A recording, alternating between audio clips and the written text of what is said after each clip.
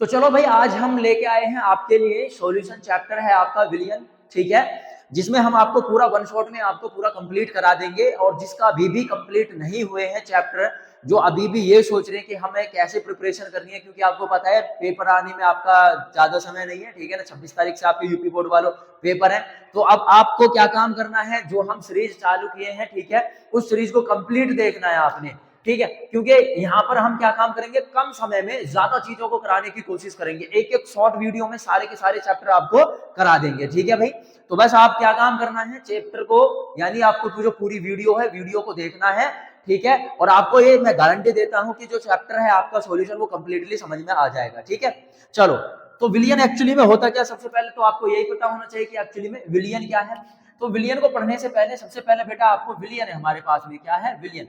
विलियन को समझने से पहले सबसे पहले आपको समझना पड़ेगा मिश्रण, क्योंकि जब तक आप मिश्रण के बारे में नहीं जानोगे ना, तब तक आपको विलियन के बारे में भी नहीं पता चलेगा, ठीक है। मिश्रण क्या होता है आपको पता है, जब दो या दो से अधिक चीजों को, दो भी मिला सकते हो, दो से ज्यादा चीजों को भी मिला सकते हो, जब आपस में कंबाइन करते हो तो मिलाने के बाद में आपको क्या मिलता है, एक मिश्रण प्राप्त होता है। फॉर एग्जाम्पल देखो, मैं यहाँ चित्र बना बना के आपको चीजों को समझाऊंगा। मान के चलो मेरे पास में एक क्या है, बीकर है। इसमें मैंने क्या काम कर दिया, इसमें मैंने चीनी भी डाल दी, ठीक है ना। इसमें मैंने क्या काम कर दिया, पानी भी डाल दिया।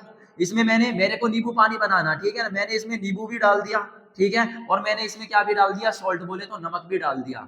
समझ में बात ही नहीं। जब इन चीजों को आपस में मिक्स करोगे तो क्या बनेगा आपका नींबू पानी, और वो क्या होगा आपका नींबू पानी, वही होगा आपका मिश्रण, ठीक है बेटा। क्या होगा, वही आपका मिश्रण होगा। तो मिश्रण में हम चीजों को मिला रहे हैं, बट फिक्स्ड रेशो में नहीं मिला रहे, उसको ऐसे ही नॉर्मली क्या काम कर दे रहे हैं, मिला दे रहे हैं, ठीक है। समझ में आई बात ये नहीं। तो आपको मिश्रण समझ में आ गया होगा कि दो या दो से चीजों को जब आप आपस में मिला देते हैं तो वो मिश्रण तैयार होता है आपका। अब जो मिश्रण जो होता है वो दो प्रकार का होता है, कौन कौन सा, एक तो समांगी मिश्रण होता है, कौन सा, समांगी मिश्रण, ठीक है जी। और दूसरा क्या होता है, वो दूसरा होता है विषमांगी, क्या, विषमांगी मिश्रण, ठीक है जी। बिल्कुल भी अगर कोई टेंशन लेने की जरूरत नहीं है, अगर किसी पर नहीं आ रही है चीजें की विलियन क्या है, हर चीज में आपको सही से बताऊंगा, ठीक है ना। और शॉर्ट में बताने की भी कोशिश करूंगा, और ऐसे बताऊंगा कि आपको समझ में आ जाए अच्छे से। तो मिश्रण आपको समझ में आ गया। अब आ गया समांगी मिश्रण और विषमांगी मिश्रण। मिश्रण दो प्रकार का होता है, समांगी मिश्रण और विषमांगी। समांगी मिश्रण किसे कहेंगे भाई, जिसमें चीजें आपस में कंप्लीटली मिल जाएं, जैसे पानी और प्लस चीनी। जब आप चीनी को क्या काम करते हो, पानी में मिक्स करते हो, तो चीनी आपस क्या हो जाती है, पानी में घुल जाती है, तो वो हो गया समांगी मिश्रण। विषमांगी मिश्रण किसे कहेंगे, मैंने कहा जी आपको पानी, और पानी में आपने तेल मिलाया, क्या मिलाया, तेल। क्या तेल जो होता है पानी में मिल जाता है, नहीं मिलता है, तो वो हो गया आपका विषमांगी मिश्रण। तो यहाँ पर दो चीज देखने को मिली आपको, तो आपको ये चीज पहले समझ में आई, समांगी मिश्रण और विषमांगी मिश्रण। समांगी मिश्रण में दोनों चीजें जब आपस में मिला रहे हो, दो या तीन चीज मिला रहे हो, तो आपस में मिक्स्ड हो जाती हैं, उसको बोलते हैं समांगी। जैसे आप यहाँ पर बोल सकते हो, जैसे पानी, ठीक है ना, प्लस चीनी भी बोल सकते हो, और प्लस नमक भी बोल सकते हो। ये क्या होगी, नमक भी पानी में घुल जाता है, चीनी भी पानी में घुल जाती है, तो ये समांगी मिश्रण हो गया। विषमांगी मिश्रण क्या हुआ, विषमांगी मिश्रण में चीजें आपस में नहीं घुलती हैं। जैसे आप यहाँ पर पानी और प्लस क्या भी ले सकते हो, रेत भी ले सकते हो। तो क्या रेत पानी में मिल जाता है, डिजोल्व हो जाता है, नहीं होता है। तो ये हो गया विषमांगी मिश्रण। तो आपको चीजें समझ में आ गई होंगी कि एक्चुअली में मिश्रण, जो आपका मिश्रण है वो क्या होता है। जब दो या दो से अधिक चीजों को मिलाते हैं तो मिश्रण कहलाता है। दो प्रकार का मिश्रण है, समांगी मिश्रण और विषमांगी मिश्रण। समांगी मिश्रण में दोनों चीजें जब आपस में कंबाइन करते हो चीजों को आप, तो आपस में मिल जाती हैं, आपस में घुल जाती हैं, तो वो होगा समांगी मिश्रण। और विषमांगी मिश्रण जो आपस में नहीं घुले। तो जो विलियन है ना, विलियन भी एक प्रकार का मिश्रण ही है, समझ में आई। और वो कौन सा मिश्रण है, वो है आपका समांगी मिश्रण। कंफर्म चीजें समझ में आ रही हैं, क्या बोला मैंने। जो विलियन है वो भी एक प्रकार का मिश्रण ही है, और किसका मिश्रण है, वो समांगी मिश्रण। समझ में आ गई बात या नहीं। तो हम बोल सकते हैं विलियन जो होता है एक प्रकार का क्या होता है, समांगी मिश्रण ही होता है, जिसमें दो चीजें, दो कंपोनेंट होते हैं, बोले तो दो अवयव होते हैं। कौन कौन सा, एक तो विलय होता है और दूसरा क्या होता है, विलायक होता है जी। ये चीज समझो आप, दो चीजें बताई मैंने कौन कौन सी, एक होता है आपका विलय और दूसरा चीज क्या होती है, विलायक होता है। अब ये विलय और विलायक चीज क्या होगी, अभी देखो, जैसे पानी है ना, पानी, पानी में जो चीज मतलब घुल जाए पानी में, वो पानी हो गया आपका विलायक। क्या हो गया, पानी हो गया आपका विलायक। क्या चीज घुली थी, चीनी, वो क्या हो गया, वो हो गया आपका विलय। ध्यान रखना जी भाई साहब।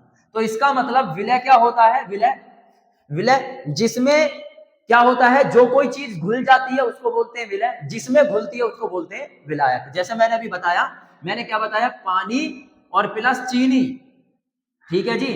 तो पानी में क्या होती है, चीनी घुल जाती है, तो पानी क्या हो गया, विलायक। ठीक है जी। और चीनी क्या होगी, चीनी होगी आपकी विलय। सिंपल बात है। अरे ठीक है, ये आपकी याद करने की ट्रिक होगी। जिसमें घुल जाए वो हो गया विलायक, जो घुल जाए वो हो गया विलय। समझ में आई बात नहीं? जैसे पानी, पानी में क्या घुल जाती है, चीनी। तो जिसमें घुल जाए पानी, पानी में घुल रही है ना, तो वो हो गया विलायक। जो चीज घुल जाए वो हो गया आपका विलय। जैसे मैंने अभी बोला पानी प्लस नमक, क्या बोला, पानी प्लस नमक बोला मैंने। तो पानी क्या हो गया, आपको पता है जी, विलायक हो गया, क्योंकि पानी में नमक घुल जाता है, और नमक क्या हो गया, विलय हो गया। समझ में आई बात या नहीं है? अरे ठीक है, आप बोल सकते हो विलय और प्लस विलायक, यानी विलय और विलायक को मिलाकर विलियन बनता है, ऐसे भी बोल सकते हो आप। तो आई होप कि आपको विलियन समझ में आ गया होगा कि एक्चुअली में विलियन क्या होता है। तो विलियन एक प्रकार का मिश्रण होता है। कौन सा मिश्रण होता है, समांगी मिश्रण होता है, जिसमें दो कंपोनेंट यानी दो अवयव होते हैं, विलय और विलायक। विलय किसे कहते हैं, जो चीज घुल जाती है वो होती है विलय, जिसमें घुलती है वो होता है आपका विलायक। समझ में आई बात या नहीं? मैंने यहाँ पर एग्जांपल के थ्रू आपको चीजों को समझा दिया है। तो यहाँ पर आप अपनी 12th क्लास में क्या पढ़ने वाले हो, बाइनरी विलियन पढ़ेंगे, यानी द्विअंगी विलियन पढ़ने वाले हो। कौन सी, द्विअंगी। सही है जी, द्विअंगी विलियन पढ़ने वाले हो। अब ये द्विअंगी विलियन क्या होता है, जिसमें दो अंग हो, मतलब जिसमें दो कंपोनेंट, देखो एक विलय हो गया और दूसरा विलायक, इसलिए इसको बोलेंगे द्विअंगी विलियन। तो हम यहाँ पर बहुत सारे, ऐसे नहीं है बहुत सारी चीजों को मिला देंगे उसके बारे में पढ़ेंगे, नहीं, यहाँ पर हम सिर्फ और सिर्फ आपके 12th क्लास में द्विअंगी विलियन ही पढ़ने वाले हैं। द्विअंगी मतलब एक विलय होगा और एक विलायक होगा। कंफर्म चीजें समझ में आ गई? आई होप कि आपको समझ में आ गया होगा कि विलियन क्या होता है। सही है, अब हम आपके आगे के टॉपिक पे चलते हैं। पर आपको क्या कराने वाले हैं, जो आपके एग्जाम से रिलेटेड चीजें सिर्फ उनको कराने वाले हैं, बाकी भसड़ जो भी है उसको नहीं करने वाले।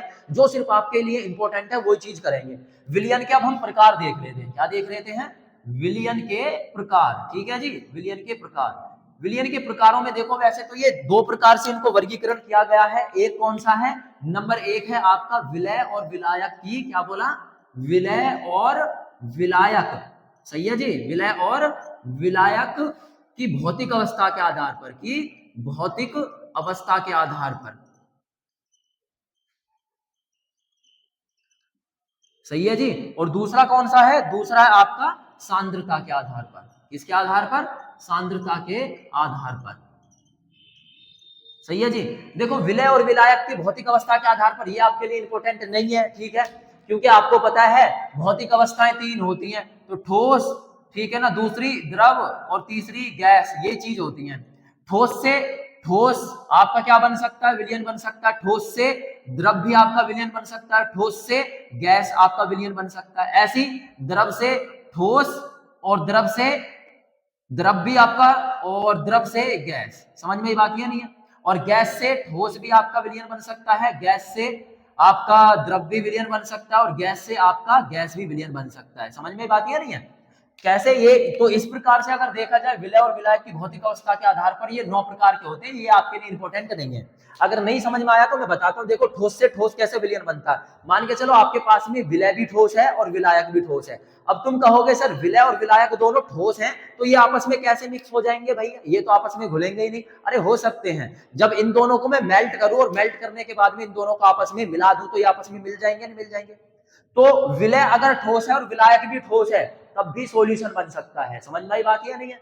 अगर विलय आपका क्या है, ठोस है, और विलायक भी ठोस है, सॉरी द्रव है, तब भी आपका विलयन बन सकता है। तो ऐसे आपके 9 प्रकार के विलयन होते हैं, जो आपके कभी एग्जाम में नहीं पूछे गए, तो इनको हमें नहीं पढ़ना है। हम पढ़ लेते हैं सांद्रता के आधार पर। किसके आधार पर, सांद्रता के आधार पर। तो सांद्रता के आधार पर सबसे पहले होता है तनु विलयन। क्या होता है, तनु विलयन। अब तनु विलयन किसको बोलते हैं, इसको डाइल्यूट सॉल्यूशन भी बोलते हैं इंग्लिश में।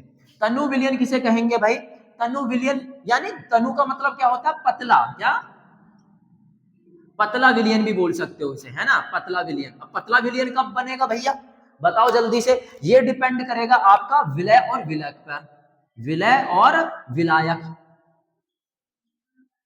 समझ में बात ये नहीं है? विलय और विलायक पर कैसे, देखो अगर विलय कम है, क्या है, विलय कम है, और विलायक क्या है, ज्यादा है, समझ में आई बात, तो तब बनेगा आपका तनु विलयन। नहीं समझ में आया ना, चलो समझाता हूं। जैसे मान के चलो आपने क्या काम किया है, आपने यहाँ पर क्या है, एक आपने गिलास लिया या बीकर लिया है, उसमें आपने क्या काम कर दिया है, उसमें आपने 5 लीटर आपने वाटर डाल दिया। इसमें कितने लीटर, 5 लीटर इसमें वाटर डाल दिया और 1 किलोग्राम कुल चीनी डाल रहे हो, कितना 1 किलोग्राम चीनी, तो बताओ ये गाढ़ा बनेगा या कम मतलब कि पतला बनेगा? आप बोलोगे सर 5 लीटर पानी और इसमें कुल 1 किलोग्राम चीनी डाल रहे हो तो ये तो पतला ही सॉल्यूशन बनेगा ना।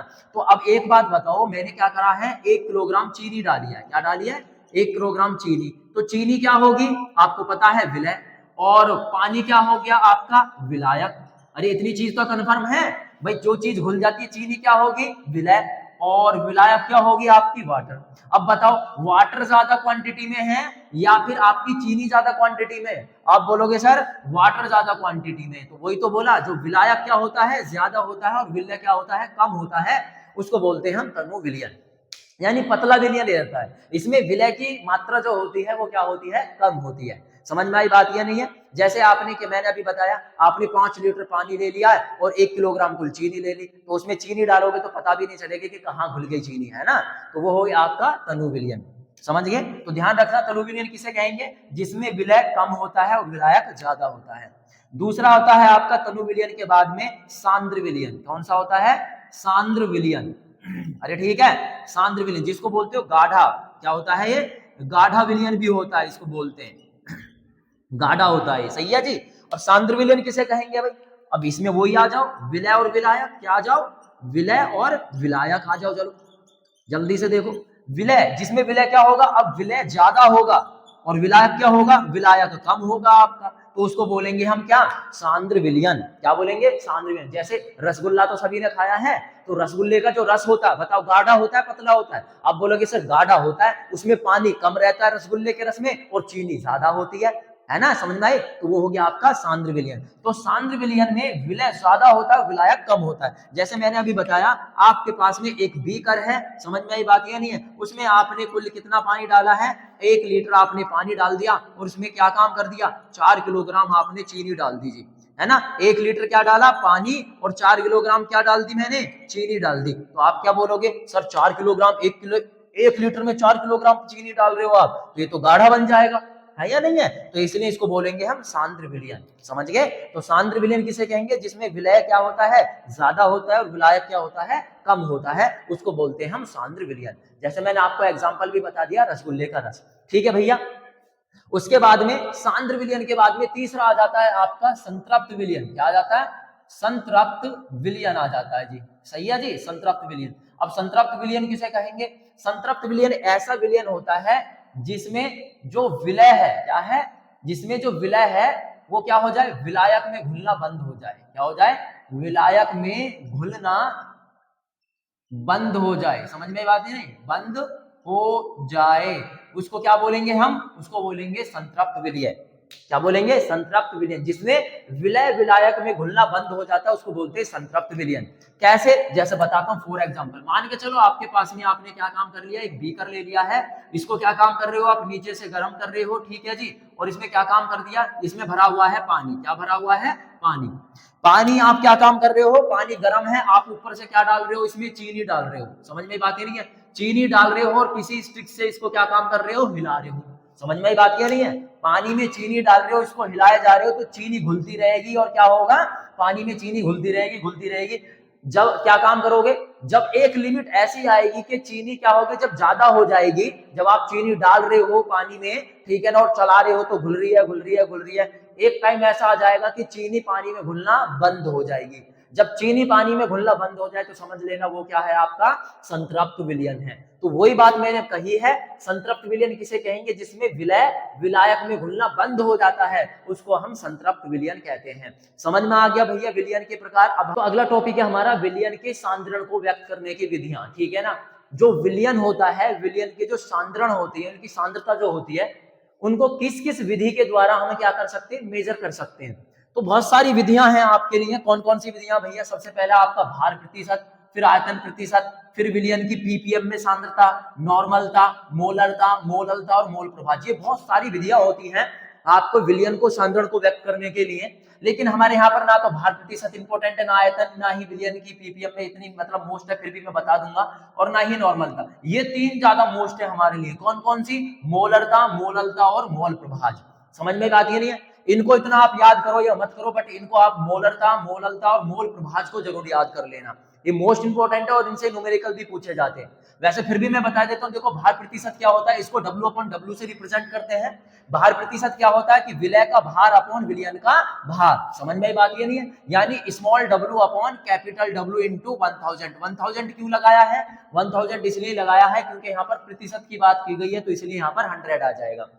ठीक है, तो जो विलय का भार दे रखा है, जैसे मैंने बोला 5% NaCl, 5% NaCl विलयन का क्या मतलब है, क्या बोला मैंने, 5% NaCl विलयन का क्या मतलब है, तो इसका मतलब है कि 100 ग्राम में क्या, 100 ग्राम विलयन में 5 ग्राम क्या मिला हुआ, उसमें NaCl मिला गया है।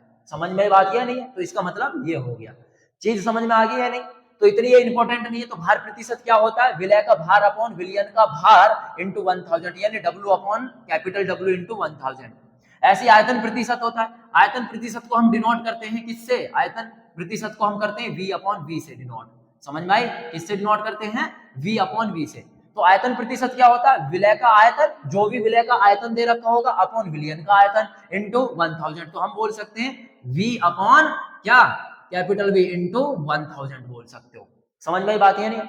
विलियन की पीपीएम में सांद्रता क्या होती है, पीपीएम का मतलब होता है पार्ट्स पर मिलियन, यानी जब क्या होता है, जब कोई सॉल्यूशन है, क्या बोला मैंने, ये तब यूज की जाती है जब कोई सॉल्यूशन है और वो तनु सॉल्यूशन है, तनु, समझ में, तनु मतलब बहुत, मतलब कि पतला विलयन है, उसमें जो विलय है, क्या है, विलय के मॉलिक्यूल्स जो हैं, विलय के जो कण हैं बहुत कम है। मान के चलो जैसे मैंने क्या काम किया, 1 लीटर में कुल क्या काम कर दिया मैंने, मान के चलो 5 ग्राम क्या, 1 लीटर में 5 ग्राम क्या डाल दी, चीनी डाल दी। अब ये 5 ग्राम 1 लीटर में 5 ग्राम चीनी तो बहुत कम है या नहीं है।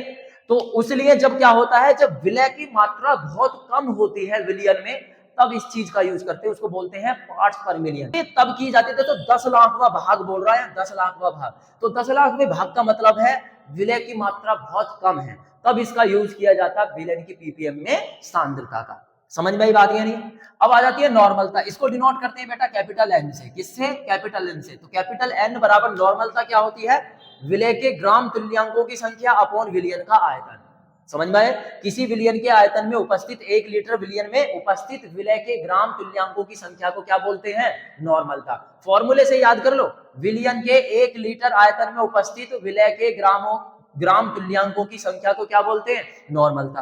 अब तुम कहोगे सर ये ग्राम तुल्यांकों की संख्या कैसे निकालते हैं, तो मैंने बताया यहाँ पर लिखा हुआ ग्राम तुल्यांकों की संख्या बराबर होता है विलय का भार अपॉन विलय का तुल्यांकी भार। अब तुल्यांकी भार कैसे निकालते हैं, क्या बोलते हैं, तुल्यांकी भार। तो तुल्यांकी भार हम निकालते हैं बेटा अणुभार, क्या निकालते हैं, अणुभार अपॉन संयोजकता। क्या निकालते हैं, अणुभार अपॉन संयोजकता। जैसे मैंने अभी तुमसे बोला बेटा कि NaCl का मेरे को तुल्यांकी भार निकाल के दिखाओ, तो NaCl का सबसे पहले आपको अणुभार पता होना चाहिए। अणुभार कैसे निकालते हैं, Na का कितना होता है, परमाणु भार कितना होता है बताओ, Na का, आप बोलोगे सर 23, और Cl का कितना होता है 35.5, इसको जोड़ोगे तो 58.5 आ जाएगा NaCl का, तो अणुभार कितना आ गया 58.5। अब संयोजकता कैसे निकालोगे, आप पता है Na को जब तोड़ते हो तो Na प्लस और प्लस Cl माइनस में टूटता है, तो इसका मतलब इस पर एक चार्ज है, प्लस और माइनस का एक, तो इसकी संयोजकता एक होगी। तो तुल्यांकी भार इसका कितना निकल के आ गया 58.5 निकल के आ गया। तो ऐसे आप तुल्यांकी भार निकाल सकते हो, बस यहाँ पर विलय का भार अपन तुल्यांकी भार निकाल दो, ग्राम तुल्यांकों की संख्या निकल जाएगी, बस यहाँ पर रख दो फॉर्मूला और आयतन आपको दिया होगा। इस टाइप से आप नॉर्मल का निकाल सकते हो। बात कंफर्म समझ में आ गई है, ठीक है। तो ये वैसे आप इन चीजों को याद करो या ना करो, बट ये जरूर आपको पता होना चाहिए, मोलरता, मोललता और मोल प्रभाज। तो देखो अब हमारा जो अगला टॉपिक है, हमारा जो पढ़ना है सही से हमें वो पढ़ना मोलरता। क्या पढ़ना है, मोलरता। समझ में आई बात ये, इससे न्यूमेरिकल्स पूछे जाते हैं, मोलरता, मोललता और मोल प्रभाज। एक्चुअली में मोलरता क्या होती है, चलो यहाँ पर आ जाओ, मैं इसको समझा देता हूँ आपको। विलियन है हमारे पास में, क्या है, विलियन, और विलियन में 2 कंपोनेंट होते हैं, मैंने आपको बताया कौन कौन सा। एक होता है बेटा आपका विलय और दूसरा होता है आपका विलायक। क्या होता है, एक होता है आपका विलय और दूसरा होता है आपका विलायक। समझ में आई बात ये नहीं है। अब मोलरता कैसे निकालेंगे, देखो विलियन हमने क्या मान लिया, 1 लीटर मान लिया, क्या 1 लीटर विलियन है। यहाँ पर विलायक से ध्यान रखना, यहाँ पर कोई हमें मोलरता में विलायक से कोई लेना देना नहीं होता है। तो ठीक है, 1 लीटर विलियन है, उसमें उपस्थित जितने भी आपके विलय होंगे उनके मोलों की संख्या को, क्या मोलों की संख्या को ही हम क्या बोलेंगे बेटा, विलयन की मोलरता। तो डेफिनेशन क्या हो जाएगी, 1 लीटर विलयन में उपस्थित, क्या बोला, मोलरता क्या होगी, 1 लीटर विलयन में उपस्थित विलय के मोलों की संख्या को ही क्या बोलोगे आप, विलयन की मोलरता। समझ में आई बात है नहीं, क्या बोला, 1 लीटर विलयन में उपस्थित विलय के मोलों की संख्या को ही क्या बोलोगे आप, विलयन की मोलरता। तो मोलरता आपको पता है, जो मोलरता जो होती है उसको कैपिटल एम से डिनोट करते हैं, और कैपिटल एम बराबर होता है विलय के मोलों की संख्या। कैसे निकालोगे, विलय के मोलों की संख्या, विलय के मोलों की संख्या अपॉन क्या होता है, विलयन का आयतन। क्या होता है, विलयन का आयतन होता है बेटा, ध्यान रखना। समझ में आई बात है नहीं है, अरे ठीक है। और ये भी किस में होना चाहिए, ये जो आयतन है वो लीटर में होना चाहिए। किसमें होना चाहिए, लीटर में। अगर लीटर में नहीं है तो फिर कैसे करेंगे, तो इसको अगर ये क्या होता है, ज्यादातर आपको जो क्वेश्चन दे रखे हैं ना वो एमएल में दिए होते हैं, तो मोलरता कैसे निकालेंगे, विलय के मोलों की संख्या, क्या, विलय के मोलों की संख्या अपॉन विलयन का आयतन, क्या, विलयन का आयतन। समझ में आई बात ये नहीं है। और अगर ये ml में दे रखा है तो हम यहाँ पर 1000 से मल्टीप्लाई कर देंगे, अगर ml में विलयन का आयतन दे रखा है तो। कंफर्म चीजें समझ में आ गई।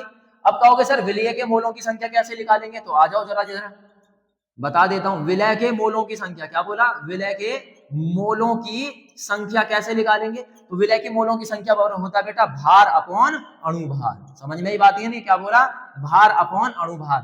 भार दिया होगा यानी डब्ल्यू, स्मॉल डब्ल्यू है, क्योंकि विलय है ना, विलय है, कम रहता है विलय, तो इसलिए स्मॉल डब्ल्यू। अणुभार को कैसे डिनोट करते हैं, एम से, तो डब्ल्यू अपॉन एम। विलय के मोलों की संख्या हम ऐसे निकाल सकते हैं। अणुभार मैंने आपको निकालना बता ही दिया कि कैसे हम किसी का अणुभार निकाल सकते हैं। जैसे अभी मैंने निकाला था ना NaCl का अणुभार, है ना, क्या निकाला था मैंने NaCl का, Na का कितना होता है बेटा 23 परमाणु भार, और Cl का कितना होता है, आप बोलोगे सर 35.5 होता है, ऐड करोगे 58.5 आ जाएगा। समझ में आई बात नहीं, तो ऐसे आप अणुभार निकाल सकते हो। तो ध्यान रखना मोलरता क्या होती है, कैपिटल एम से डिनोट करते हैं। डेफिनेशन क्या होगी, 1 लीटर विलयन में उपस्थित विलय के मोलों की संख्या को क्या बोलेंगे, मोलरता। फॉर्मूला क्या होगा, विलय के मोलों की संख्या अपॉन विलयन का आयतन, वो भी लीटर में होना चाहिए। और अगर लीटर में नहीं है एमएल में, और क्वेश्चन में एमएल में ही देता है, अगर एमएल में है तो 1000 से मल्टीप्लाई कर दो। सही है। विलय के मोलों की संख्या कैसे निकालोगे, भार अपॉन अणुभार। समझ में आई, भार क्या है, डब्ल्यू अपॉन एम। सही है। तो इनसे क्वेश्चन पूछे जाते हैं, तो टोटल फॉर्मूला क्या लिख दूंगा मैं, m बराबर क्या हो जाएगा, मोलरता बराबर कितना हो जाएगा, W अपॉन m, ये तो नीचे आ जाएगा, W अपॉन m इंटू विलयन का आयतन V, और इंटू कितना हो जाएगा 1000। ये आपका फॉर्मूला बन जाता है। और इससे क्वेश्चन है, क्वेश्चन करके देखना, इस फॉर्मूले से सारे के सारे जितने भी मोलरता के क्वेश्चन है सारे के सारे न्यूमेरिकल कर दोगे। अगर आपको फिर भी समझ में नहीं आ रहा है, अगर आप ये कहते हो कि सर हमें क्या काम कर दो आप कि इसके न्यूमेरिकल समझा दो, तो न्यूमेरिकल के लिए मैं अगली नेक्स्ट वीडियो ला दूंगा, अगर आप बोलोगे तभी, वरना तो हम थ्योरेटिकल चीजें पढ़ रही हैं। क्योंकि आपको पता है बेटा केमिस्ट्री में, क्या बोला, केमिस्ट्री में मैंने आपको बताया आपका कितने, यानी आपका कुल 25 नंबर का, कितना 25 नंबर का ही आपका क्या आता है, न्यूमेरिकल्स आते हैं। क्या आते हैं, न्यूमेरिकल्स बोले तो क्वेश्चंस आते हैं न्यूमेरिकल्स। समझ में बात है नहीं, जबकि बच कितने 55 मार्क्स की आपकी थ्योरी आती है। क्या आती है, खुश हो जाओ जल्दी से, 55 मार्क्स की थ्योरी है। तो इसका मतलब है अगर आप क्या नहीं करोगे, न्यूमेरिकल्स भी नहीं देखोगे ना, थ्योरी भी रट डाली है आपने, तो आपके 55 नंबर कहीं ना कहीं। समझ में बात है नहीं है, तो 55 नंबर की तो थ्योरी थोड़ी है, फिर 25 मार्क्स की आपकी क्या आते हैं, न्यूमेरिकल्स आते हैं। न्यूमेरिकल्स भी गिने चुने आते हैं आपके, या तो इस वाले चैप्टर विलियन से आएंगे, या फिर दूसरे वाले से। तीन ही चैप्टर है जिससे न्यूमेरिकल्स आते हैं। अगर आपको फिर भी डाउट है कि सर हमें नहीं आ रहे करा दो, तो मैं अगली वीडियो में कराऊंगा, लेकिन जब बोलोगे आप तभी कराऊंगा, अदरवाइज नहीं। हम थ्योरेटिकल आपकी वन शॉट बना रहे हैं, तो थ्योरेटिकल चीजों को ही लेकर चलेंगे। तो आई होप आपको मोलरता समझ में आएगी। डेफिनेशन याद करो, 1 लीटर विलयन में उपस्थित विलय के मोलों की संख्या को क्या करेंगे, मोलरता। सिंपल बात खत्म। अगला टॉपिक क्या है हमारी, अगला टॉपिक है मोललता। क्या है, मोललता। मोललता इसको डिनोट करते हैं स्मॉल एम से, किससे, स्मॉल एम। आ जाओ जरा यहीं पर, मैं लिखे लेता हूं, विलयन है मेरे पास में, और इसमें दो कंपोनेंट होते हैं, विलय, ठीक है जी, और क्या होता है, विलायक। क्या होता है, विलय और विलायक, दो चीज होती है, इतना तो कंफर्म है। तो मोलरता देखो, मोलरता में हमने क्या लिया था, विलयन और विलय लिया था, लेकिन मोललता में विलयन से कोई लेना देना नहीं होता, उसमें विलायक और विलय से लेना देना होता है। तो हम बोल सकते हैं, अब विलायक है तो इसमें बोलेंगे 1 किलोग्राम, बस 1 किलोग्राम विलायक में उपस्थित विलय के मोलों की संख्या, विलय के मोलों की संख्या को हम क्या बोलेंगे, विलयन की मोललता। तो क्या बोलोगे, किसी विलयन में उपस्थित, या ऐसे बोल सकते हो 1 किलोग्राम विलायक में उपस्थित, क्या 1 किलोग्राम विलायक में उपस्थित विलय के मोलों की संख्या को क्या कहेंगे, विलयन की मोललता। ध्यान रखना यहां पर क्या है, विलयन से कोई लेना देना नहीं है, 1 किलोग्राम यानी 1 किलोग्राम विलायक में उपस्थित विलय के मोलों की संख्या। अब यहाँ 1 किलोग्राम में लिख रहे कर वो आप क्या लिख सकते हो, 1000 ग्राम भी बोल सकते हो, क्योंकि बात तो एक ही है। ठीक है, तो मोललता का फॉर्मूला क्या होगा, स्मॉल m। मोललता क्या होता है, विलय के मोलों की संख्या, क्या है, विलय के मोलों की संख्या, विलय के मोलों की संख्या अपॉन विलायक का भार। क्या है, क्योंकि यहाँ विलायक का भार ही तो है, विलायक का भार। बस ये अंतर है मोलरता और मोललता में। और लीटर में होना चाहिए, अगर ये ml में दे रखा है तो आप क्या काम कर दो, 1000 से मल्टीप्लाई कर दो। विलय के मोलों की संख्या मैंने बताया था, आप कैसे निकालोगे, भार अपॉन अणु भार इनटू विलायक का भार है तो कैपिटल W। ये स्मॉल w विलायक का भार है, सॉरी विलय का भार है, और कैपिटल W विलायक का भार है, और इनटू में 1000।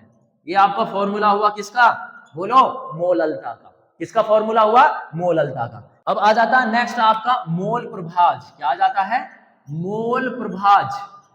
ठीक है जी, क्या आ जाता है, मोल प्रभाज आ जाता है। ठीक है, जिसको आप किससे डिनोट कर सकते हो, काई से डिनोट कर सकते हो, काई, मोल प्रभाज। सही है जी। तो मोल प्रभाज क्या है, देखो मैंने आपको बताया, आपके पास में विलयन है, विलयन के 2 कंपोनेंट से, इन्हीं का खेल है पूरे चैप्टर में, विलय विलायक, विलय विलायक। ठीक है जी, विलय है आपके पास में और विलायक है, समझ में बात ये नहीं है। तो मोल प्रभाज हम विलय का भी निकाल सकते हैं और विलायक का भी निकाल सकते हैं, समझ में बात ये नहीं है। क्या बोला, मोल प्रभाज हम क्या निकाल सकते हैं, किसी विलयन के विलय का भी निकाल सकते हैं और विलायक का भी हम मोल प्रभाज निकाल सकते हैं, समझ में बात ये नहीं है। तो हम क्या बोल सकते हैं, मोल प्रभाज की डेफिनेशन क्या हो सकती, किसी विलयन में उपस्थित विलय या विलायक के मोलों की संख्या। क्या बोला, किसी विलयन में उपस्थित विलय या विलायक के मोलों की संख्या और कुल मोलों की संख्या। कुल मोल मतलब इसमें विलय और विलायक ही तो हैं, क्या है, विलय और विलायक ही तो हैं। तो मैंने बोला किसी विलयन में उपस्थित विलय या विलायक के मोलों की संख्या अपॉन कुल मोलों की संख्या। कुल मोल किसके होंगे, विलय और विलायक के तो होंगे। कुल मोलों की संख्या के अनुपात को क्या कहेंगे, मोल प्रभाज। क्या कहेंगे, मोल प्रभाज। तो अगर मान के चलो मेरे को मोल प्रभाज निकालना, किसका, विलय का मोल प्रभाज निकालना, क्या निकालना, विलय का मोल प्रभाज। सही है जी, विलय का मोल प्रभाज निकालना। तो कैसे निकालूंगा, विलय के मोलों की संख्या, क्या, विलय के मोलों की संख्या, विलय के मोलों की संख्या, मोलों की संख्या मैंने आपको निकालनी बताई थी, अपॉन कुल मोलों की संख्या। कुल मोल किसके थे, यही तो थे, विलय के मोलों की संख्या, विलय के मोलों की संख्या प्लस विलायक के मोलों की संख्या, विलायक के मोलों की संख्या, मोलों की संख्या। ये लो, निकल जाएगा आपका विलायक का मोल प्रभाज। अगर आपको विलायक का निकालना है, किसका निकालना है, विलायक का। अगर आपको विलायक का मोल प्रभाज निकालना, विलायक का मोल प्रभाज अगर निकालना है आपको, तो विलायक का निकालना है तो विलायक के मोलों की संख्या को ऊपर लिख लो, विलय का निकालना है तो विलय के मोलों की संख्या को ऊपर लिख दो। तुम्हें विलायक का निकालना है तो लिख दो यहाँ विलायक के मोलों की संख्या। क्या बोला, विलायक के मोलों की संख्या अपॉन क्या, विलय के मोलों की संख्या, विलय के मोलों की संख्या, ठीक है जी, और प्लस विलायक के मोलों की संख्या, विलायक के मोलों की संख्या।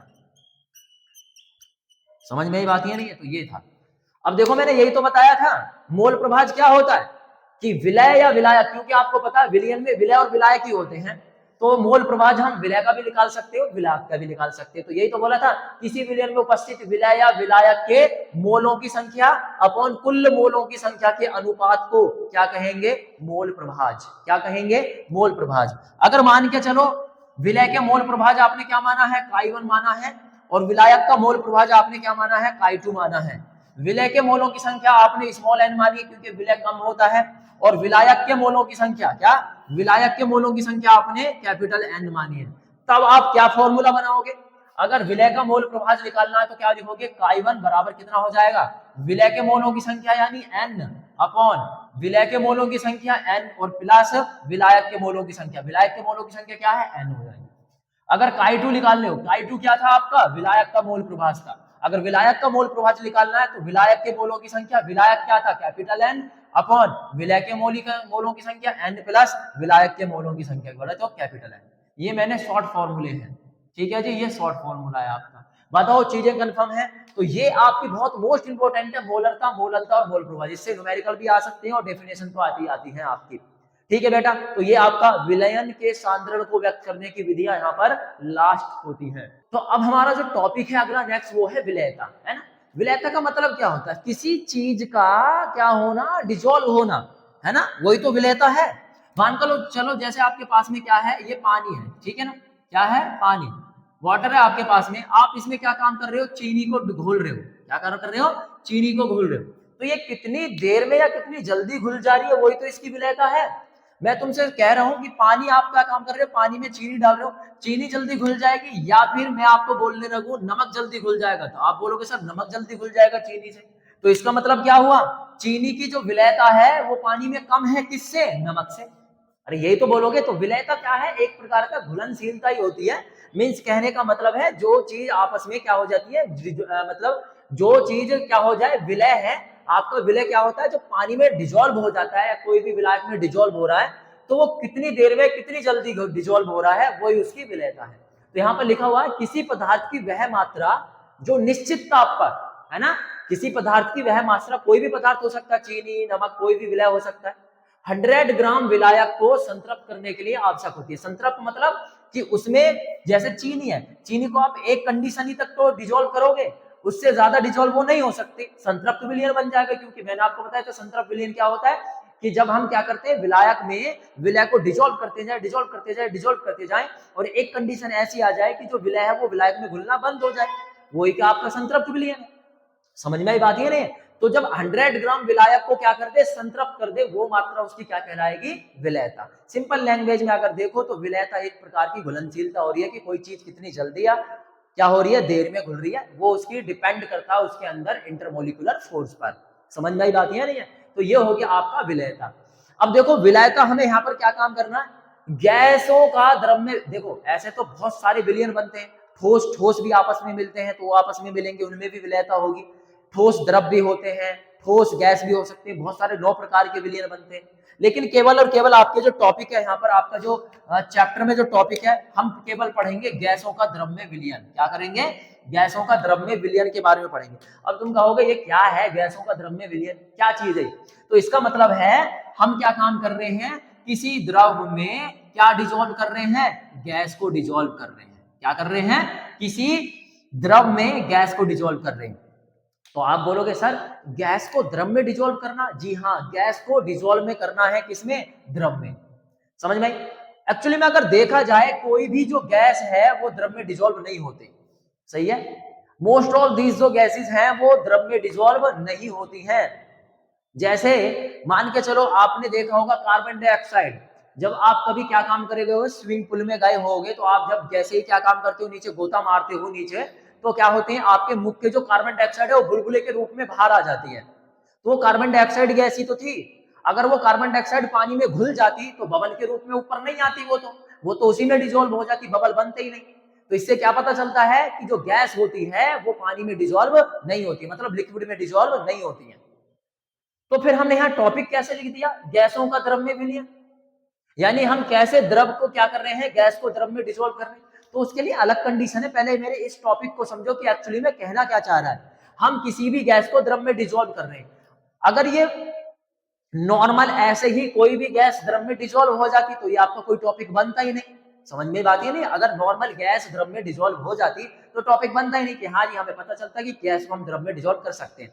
जैसे किसी सॉलिड को हम लिक्विड में जैसे चीनी है, चीनी सॉलिड है, उसको मैं पानी में डिसॉल्व कर सकता हूँ। इसीलिए हम क्या काम करने वाले, किसी भी गैस को द्रव में डिसॉल्व करने वाले। इसका मतलब ये है, ठीक है ना। टॉपिक जो हमने लिखा गैसों का द्रव में विलयन, तो इसका मतलब है गैस को हम द्रव में डिसॉल्व करने वाले, ठीक है ना। जैसे कुछ गैस ऐसी भी होती है जो वाटर में डिसॉल्व इजीली हो जाती है, जैसे अमोनिया, जो NH3 गैस होती है, अमोनिया जो गैस होती है, ठीक है, वो क्या हो जाती है, इजीली डिसॉल्व हो जाती है, किसमें, वाटर में। जैसे इसके एक एग्जांपल बता रहा हूं, जैसे यूरिन है ना, टॉयलेट जो होता है, टॉयलेट में बदबू क्यों आती है, वो आती है NH3 अमोनिया की वजह से, क्योंकि आपके यूरिन में क्या होता है, आपके यूरिन में NH3 यानी अमोनिया गैस डिसॉल्व होती है, इसी वजह से उसमें क्या आती है, स्मेल आती है। तो ध्यान रखना, कुछ गैस ऐसी भी है जो क्या हो जाती है, डिसॉल्व हो जाती है, जैसे NH3 हो गया और HCl हो गया, ये लिक्विड में इजीली डिसॉल्व हो जाती है। ये दो गैस ही हैं जो इजीली क्या हो जाती है, वाटर में डिसॉल्व हो जाती है, लिक्विड में डिसॉल्व हो जाती है। बाकी और कोई गैस नहीं है जो क्या हो जाए, लिक्विड में डिसॉल्व हो जाए। तो अब हमें क्या काम करना है, अब हमें गैस को द्रव में डिसॉल्व करना है। अब तुम कहोगे सर इसी टॉपिक को क्यों कर रहे हैं हम, क्योंकि इसी टॉपिक का यूज करके बहुत सारे फायदे, जैसे कोका कोला कंपनी है ना, कोका कोला कंपनी इसी चीज से चल रही है। समझ में बात ही नहीं। तो किसी गैस को, अब तुम कहोगे कैसे, अभी बताऊंगा उसका रीजन भी। गैस को हमें क्या करना है, द्रव में डिसॉल्व करना है। तो यहां पर गैस को किसने डिसॉल्व किया द्रव में, एक साइंटिस्ट आए जिनका नाम था हेनरी। क्या था, जिनका नाम था हेनरी। हेनरी ने क्या काम किया, गैस को द्रव में डिसॉल्व करके दिखा दिया। तो उन्होंने कैसे किया किसी भी गैस को द्रव में डिसॉल्व, तो उसने बोला कि मान के चलो आपके पास में क्या है, ये आपके पास में एक बीकर है, ठीक है, और उसमें हमने क्या काम कर दिया, उसमें हमने पानी भर दिया है। क्या भर दिया, पानी। जब मैं इसमें कोई गैस डिसॉल्व करता हूं, मान के चलो मेरे को इसमें क्या काम करनी है, CO2 गैस डिसॉल्व करनी है, कार्बन डाइऑक्साइड गैस डिसॉल्व करनी है। तो इसमें मैं कैसे डिसॉल्व करूंगा, ऐसे तो नॉर्मली अगर इसको रख दिया जाए तो ऐसे तो डिसॉल्व होगी नहीं पानी में। तो उसने क्या काम किया, उसने ये बोला कि जब हम क्या काम करते हैं, किसी भी गैस को अगर हमें क्या करना है, वाटर में डिसॉल्व करना है, तो ऊपर से हम इस पर क्या करेंगे, प्रेशर अप्लाई करेंगे। क्या करेंगे, एक प्रेशर अप्लाई करेंगे। जितना ज्यादा हम प्रेशर लगाएंगे, गैस उतनी ही ज्यादा क्या हो जाएगी, डिसॉल्व हो जाएगी। तो यहां से हेनरी ने क्या काम किया, एक नियम दिया जिसको बोलते हैं हेनरी का नियम। किसके लिए दिया था हेनरी ने, कि किसी भी गैस को अगर आपको द्रव में डिसॉल्व करना है, तो उसके गैस को द्रव में डिसॉल्व करने के लिए हेनरी ने एक नियम दिया जिसको बोलते हैं हेनरी का नियम। उसने क्या बोला, उसने बोला किसी भी गैस की द्रव में विलयता, क्या बोली, किसी भी गैस की द्रव में विलयता जो होगी, विलयता बोले तो हम जो होगी, सही है, विलयता जो होगी वो डायरेक्टली प्रोपोर्शनल हो रही है किसके, बोलो, प्रेशर के। किसने बताया था, ये हेनरी ने बताया कि तो हेनरी का नियम में हमने पढ़ा जो विलयता होती है, गैसों की जो विलयता होती है, ठीक है ना, वो डायरेक्टली प्रोपोर्शनल होती है प्रेशर के। यानी जो गैसों की विलयता होगी वो समानुपाती होती है किसके, प्रेशर के। यदि हम क्या काम करेंगे, प्रेशर को बढ़ाएंगे, क्या करेंगे, यदि हम प्रेशर को बढ़ाएंगे, जो द्रव में विलयता वो भी क्या होगी, बढ़ेगी। सिंपल बात यहाँ पर है। देखो मैंने एक डायग्राम भी बनाया है, जैसे आप देख रहे हो, जैसे इसमें यहाँ पर मान के चलो मेरे को क्या काम करना है, एक बीकर ले लिया, इसमें मैंने क्या काम कर दिया, पानी डिसॉल्व यानी पानी भर लिया, और इसमें क्या कर दी, मेरे को गैस डिसॉल्व करनी है, मान के चलो CO2 गैस डिसॉल्व करनी है मेरे को इसमें। तो अगर मैं ऊपर से कम, देखो यहाँ पर क्या काम कर रहा है, कम प्रेशर लगाया है मैंने, ऊपर से कम दाब लगाया है, तो कम डिसॉल्व होगी। यहाँ पर देखो मैंने 1 2 3 यानी 3 मैंने क्या काम कर दिए, यहाँ पर 3 किलोग्राम, आपका यहाँ पर 1 किलोग्राम है, यहाँ पर 3 किलोग्राम के मैंने क्या काम कर दिए हैं, वेट रख दिया है। तो आप देख सकते हो कि जब मैंने प्रेशर को बढ़ाया, इंक्रीज करा, तो विलेयता भी क्या होगी, बढ़ गई। सिंपल सी बात, यहाँ पर लॉजिक ये होता है कि जो हेनरी का नियम है बताता है कि जो गैस की द्रव में जो विलेयता होगी वो क्या होगी, डायरेक्टली प्रोपोर्शनल होगी प्रेशर के। अगर आप प्रेशर बढ़ाओगे तो विलेयता भी बढ़ेगी, और अगर आप प्रेशर को कम कर दोगे तो विलेयता भी, यानी उसमें घुलनशील, जो विलेयता मतलब जो घुलनशीलता है वो कम हो जाएगी गैस की। तो अगर आपको क्या काम करना, किसी भी गैस को द्रव में डिसॉल्व करना है, सिंपल लैंग्वेज में अगर मैं बात करूं, तो आपको क्या करना पड़ेगा, प्रेशर अप्लाई करना पड़ेगा। जितना आप प्रेशर किसी चीज पर अप्लाई करोगे द्रव पर, उतना ही जो गैस है वो मतलब कि डिसॉल्व हो जाएगी आपकी। ठीक है जी, ये किसने बताया था, हेनरी ने बताया था। ठीक है लेकिन यहाँ पर एक और ट्विस्ट निकल के आता है, वो बोल रहा है यदि विलयन में गैस के मोल प्रभाज को उसकी विलयता पे मापे, तो यदि जो विलयन है उसमें जो गैस की जो मोल प्रभाज है, क्योंकि मोल प्रभाज हम किसी का भी निकाल सकते हैं, उसको हम उसकी विलयता माने, तब क्या होगा, हेनरी ने तब क्या नाम दिया, बोला कि विलयन में जो गैस का जो मोल प्रभाज होगा ना, वो वाष्प अवस्था में गैस के आंशिक दाब के समानुपाती होगा। मतलब जो आपका क्या होगा, जो आपका प्रेशर होगा ना, अब वो डायरेक्टली प्रोपोर्शनल होगा किसके, मोल प्रभाज के। समझ में? तब ये तब कब होगा, ये रूल तब अप्लाई होगा जब क्या होगा, गैस के जो मोल प्रभाज है उसकी हम विलेयता में मापे तब। तब क्या बोला उसने कि जो पी होगा यानी प्रेशर होगा वो डायरेक्टली प्रोपोर्शनल होगा किसके, मोल प्रभाज के। जब हम क्या काम करते हैं, इस डायरेक्टली प्रोपोर्शनल के सिंबल को हटाते हैं तो एक कांस्टेंट आ जाता के एच, और इनटू में क्या होगा ये एच, ये क्या है काई, काई क्या है मोल प्रभाज। अब ये जो के एच है ये आपका हेनरी स्थिरांक है, क्या है, हेनरी स्थिरांक, बोले तो हेनरी कांस्टेंट। अब ये जो हेनरी जो कांस्टेंट है ना बेटा, ये क्या करता है, गैस की प्रकृति पर निर्भर करता है, क्या करता है, गैस की प्रकृति पर निर्भर करता है, ध्यान रखना, सही है जी। और गैस का यानी जो KH है, KH का मान क्या होगा, अगर KH है, KH का मान जितना अधिक होगा, क्या बोला, KH का मान जितना अधिक होगा, समझो, जितना अधिक होगा उसकी द्रव में गैस की विलेयता उतनी ही कम होगी। मतलब अगर KH की वैल्यू ज्यादा है, KH का मान क्या है, ज्यादा है, तो जो गैस होगी वो उतनी ही कम डिसॉल्व होगी किसी भी द्रव में। समझ में बात ये नहीं है, तो ध्यान रखना। पहला तो मैंने बताया कि प्रेशर आप जितना बढ़ाओगे उतनी द्रव में विलेयता बढ़ेगी, लेकिन अगर गैस के हम क्या करें, गैस के मोल प्रभाज को उसकी विलेयता में मापें, तब हेनरी ने दूसरा नेम दिया। उसने बोला कि जो आपकी विलेय में जो गैस का जो मोल प्रभाज होगा ना, वो वाष्प अवस्था में उसके आंशिक दाब के समानुपाती होगा। मतलब मोल प्रभाज जो होगा वो गैस के आंशिक दाब के समानुपाती होगा। मतलब अगर आप प्रेशर को बढ़ाओगे तो मोल प्रभाज भी बढ़ेगा, सिंपल लॉजिक ये है, ठीक है। दूसरा, अगर हम क्या काम करते हैं, टेम्परेचर को भी, दूसरा है टेम्परेचर को अगर हम कम करेंगे, क्या करेंगे, टेम्परेचर को कम करेंगे और प्रेशर को बढ़ाएंगे तो द्रव में विलेयता उतनी ही ज्यादा होगी। टेम्परेचर जितना कम करेंगे, प्रेशर जितना बढ़ाएंगे, द्रव में विलेयता उतनी ही ज्यादा होगी, मतलब कि उतनी ही जल्दी गैस किसी द्रव में डिसॉल्व हो जाएगी, ध्यान रखना। यही कारण है कि जो आपका जो जितने भी जलीय जीव होते हैं, जैसे मछली वगैरह होते हैं, वो क्या काम करते हैं, वो ठंडे पानी में सर्वाइव तो कर पाते हैं लेकिन गर्म पानी में सर्वाइव नहीं कर पाते। उसका रीजन ये है कि जो आपका क्या होता है, पानी होता है H2O, उसमें ऑक्सीजन है, जितना पानी ठंडा रहेगा ऑक्सीजन की लेवल उतना ही बेटर होगी, मतलब ऑक्सीजन उसमें उतनी ही ज्यादा अच्छी से डिसॉल्व होगी। लेकिन गर्म पानी जितना भी होगा ना, उसमें ऑक्सीजन की मात्रा अधिक नहीं होगी, जिसकी वजह से उनका दम घुटने से मौत हो सकती है।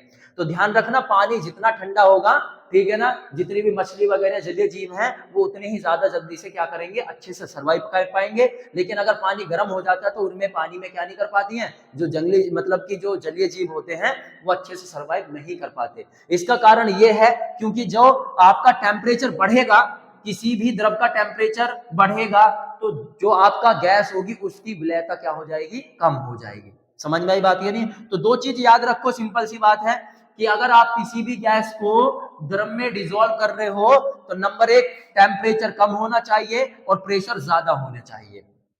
यही कारण है कि जो कोका कोला कंपनी होती है वो ऐसे ही तो काम कर रही है। वो क्या काम करती है, देखो आप क्या है, कोका कोला मान के चलो, एक ये क्या है, बोतल है कोका कोला की, ठीक है जी बेटा, ये कोका कोला की कंपनी की एक बोतल है, ठीक है ना, इसमें कोल्ड ड्रिंक भरी हुई है। तुमने देखा होगा कोका कोला की जो कंपनी की जो बोतल होती है, कोल्ड ड्रिंक की जो बोतल, उसको हाई प्रेशर पर क्या किया जाता है, सील पैक किया जाता है। अब उसका रीजन क्या है, अगर उसको हाई सील पैक किया जाएगा, हाई प्रेशर पर पैक किया जाता है, तो इसका मतलब है वो जो यहाँ पर खाली स्थान बचा हुआ रहता है ना, उसमें क्या होते हैं, वो कार्बन डाइऑक्साइड गैस होती है, CO2 गैस होती है।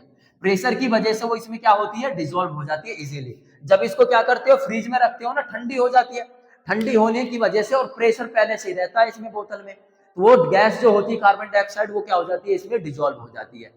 यही है बस आपका कोका कोला का फंडा। वो क्या काम करता है, नॉर्मल पानी में गैस को डिसॉल्व कर देता हाई प्रेशर पर। इसी वजह से उसको जब आप ठंडा करते हो तो ठंडा करने से टेम्परेचर क्या हो जाता है, कम हो जाता है, जिसकी वजह से कार्बन डाइऑक्साइड उस बोतल में डिसॉल्व हो जाती है, यानी पानी में डिसॉल्व हो जाती है।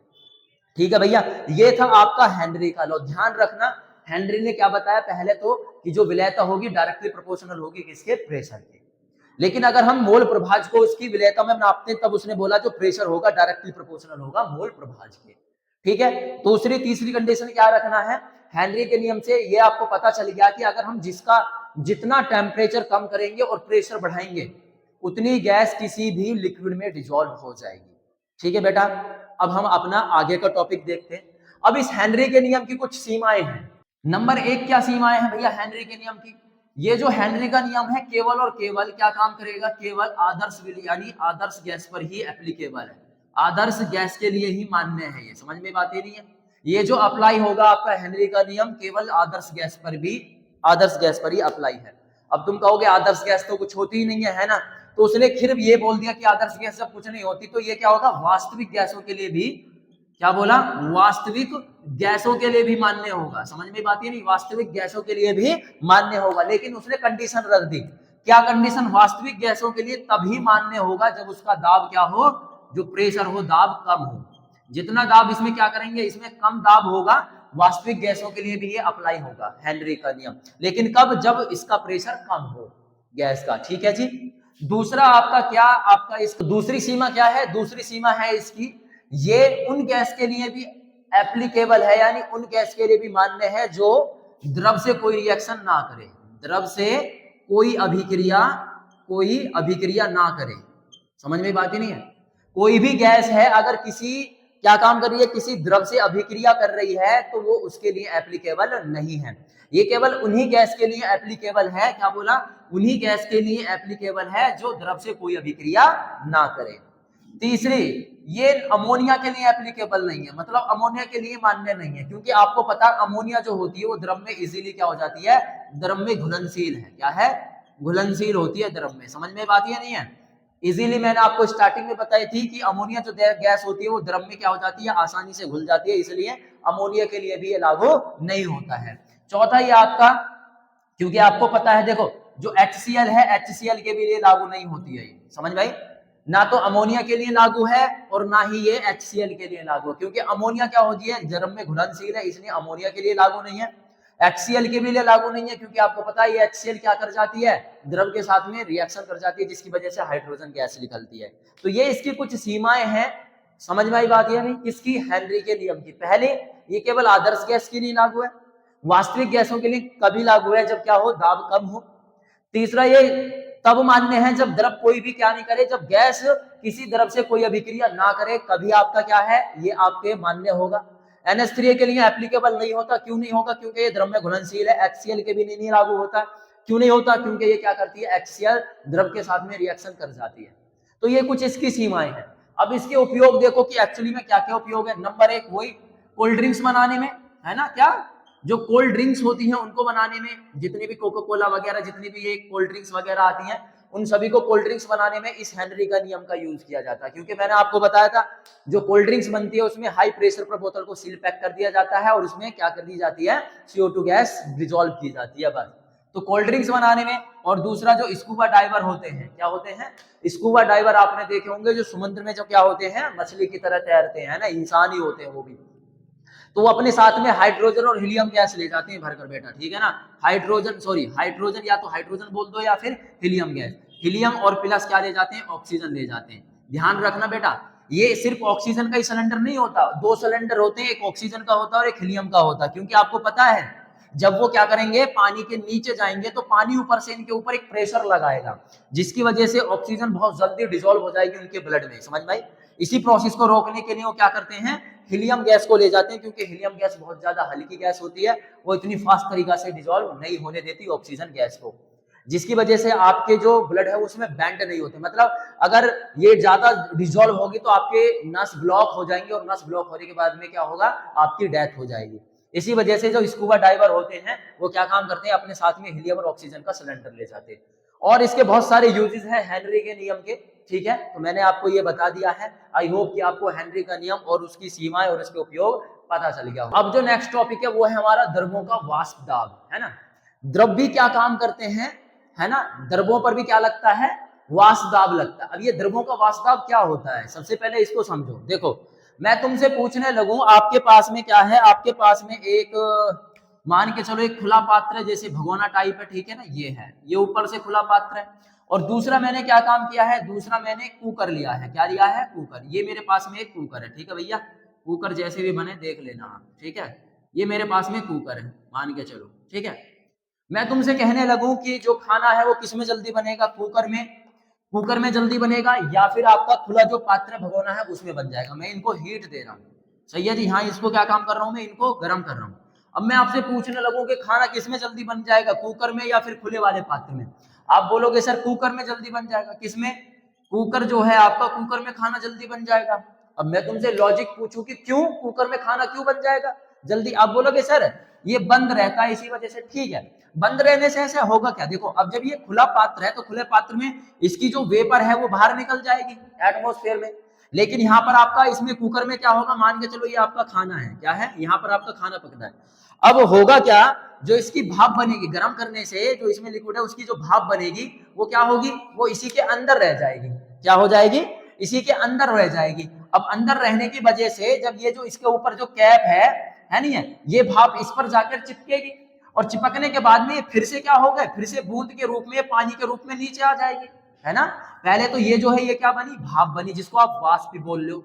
और उसके बाद में जब तुमने देखा होगा या फिर आप प्रैक्टिकल करके देखो, जब आप पानी गर्म करोगे तो पानी गर्म करने के बाद में जब वो उबलने लगे तो उसके ऊपर हाथ रखना, हाथ रखोगे जैसे ही तो जो भाप थी, ज्यादा नीचे मत रखना, ऊपर थोड़ा भाप पे हाथ रखना, थोड़ा ऊपर, जो जले नहीं, बस उसको क्या काम करना, जैसे ही भाप आपके हाथ पर टकराएगी तो वो भाप क्या हो जाएगी, कंडेंसेशन हो जाएगा उसका, मतलब कि वो संघनित हो जाएगी और वो फिर से क्या हो जाएगी, जो गैस था वो फिर से क्या बन जाएगी, द्रव बन जाएगी।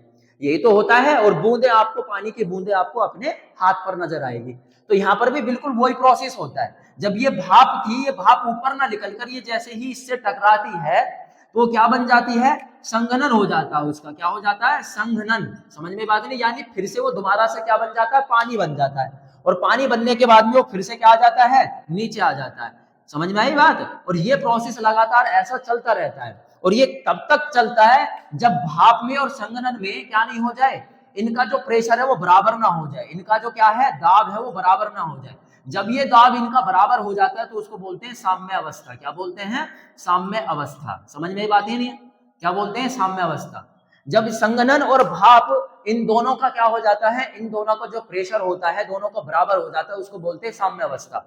अब इस कंडीशन पर जो भाप है, भाप द्रव की सतह पर एक क्या लगाएगी, एक प्रेशर लगाएगी ऊपर से। समझ में बात है नहीं, क्या लगाएगी, जो भाप है यानी जो वाष्प है वो एक क्या लगाएगी, प्रेशर लगाएगी ऊपर से, इसी को बोलते हैं हम वाष्प दाब। क्या लगाएंगे, इसी को बोलेंगे वाष्प दाब। समझ में आई बात है नहीं। इस वाष्प दाब की वजह से ही जो कुकर होता है, कुकर में खाना जल्दी पक जाता है। ये बात ध्यान रखना, ऐसे नहीं है कि बस इसको बंद कर रखा है इसलिए, नहीं, वो बनता है वाष्प दाब की वजह से। समझ में आई बात या नहीं है।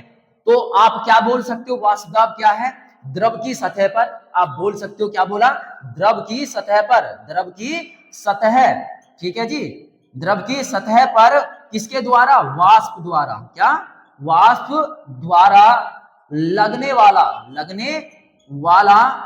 दाब क्या कहलाएगा, क्या कहलाएगा, दाब, वाष्प दाब कहलाता है, वाष्प दाब कहलाता है। समझ में बात ये नहीं, सिंपल लॉजिक का ये है। तो द्रव का वाष्प दाब समझ में आया कि द्रव की सतह पर वाष्प द्वारा लगने वाला दाब क्या कहलाएगा, वाष्प दाब। और ये कब लगता है, जब संघनन और भाप दोनों का जो दाब है वो बराबर ना हो जाए, साम्य अवस्था में ना आ जाए, तब भाप एक प्रेशर लगाती है द्रव की सतह पर, जिसको बोलते हैं हम वाष्प दाब। द्रवों के वाष्प दाब से दो चीजें हैं, उन चीजों को आप समझ लो, ठीक है, क्योंकि वो बहुत ज्यादा इंपॉर्टेंट है।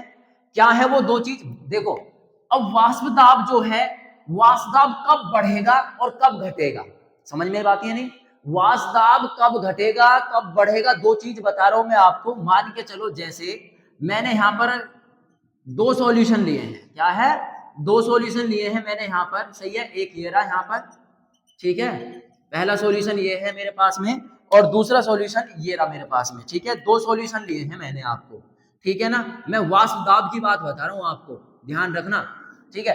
अब देखो, एक में मैंने क्या काम किया है, ध्यान से सुनो, मैंने इसमें क्या लिया है, पानी लिया है, क्या लिया है, पानी। पानी क्या है, आप पता है, पानी विलायक है जी, क्या है, पानी है विलायक, सही है। और दूसरा मैंने इसमें क्या काम कर दिया है, दूसरा इसमें मैंने एल्कोहल डाल दिया, क्या है, एल्कोहल, सही है जी।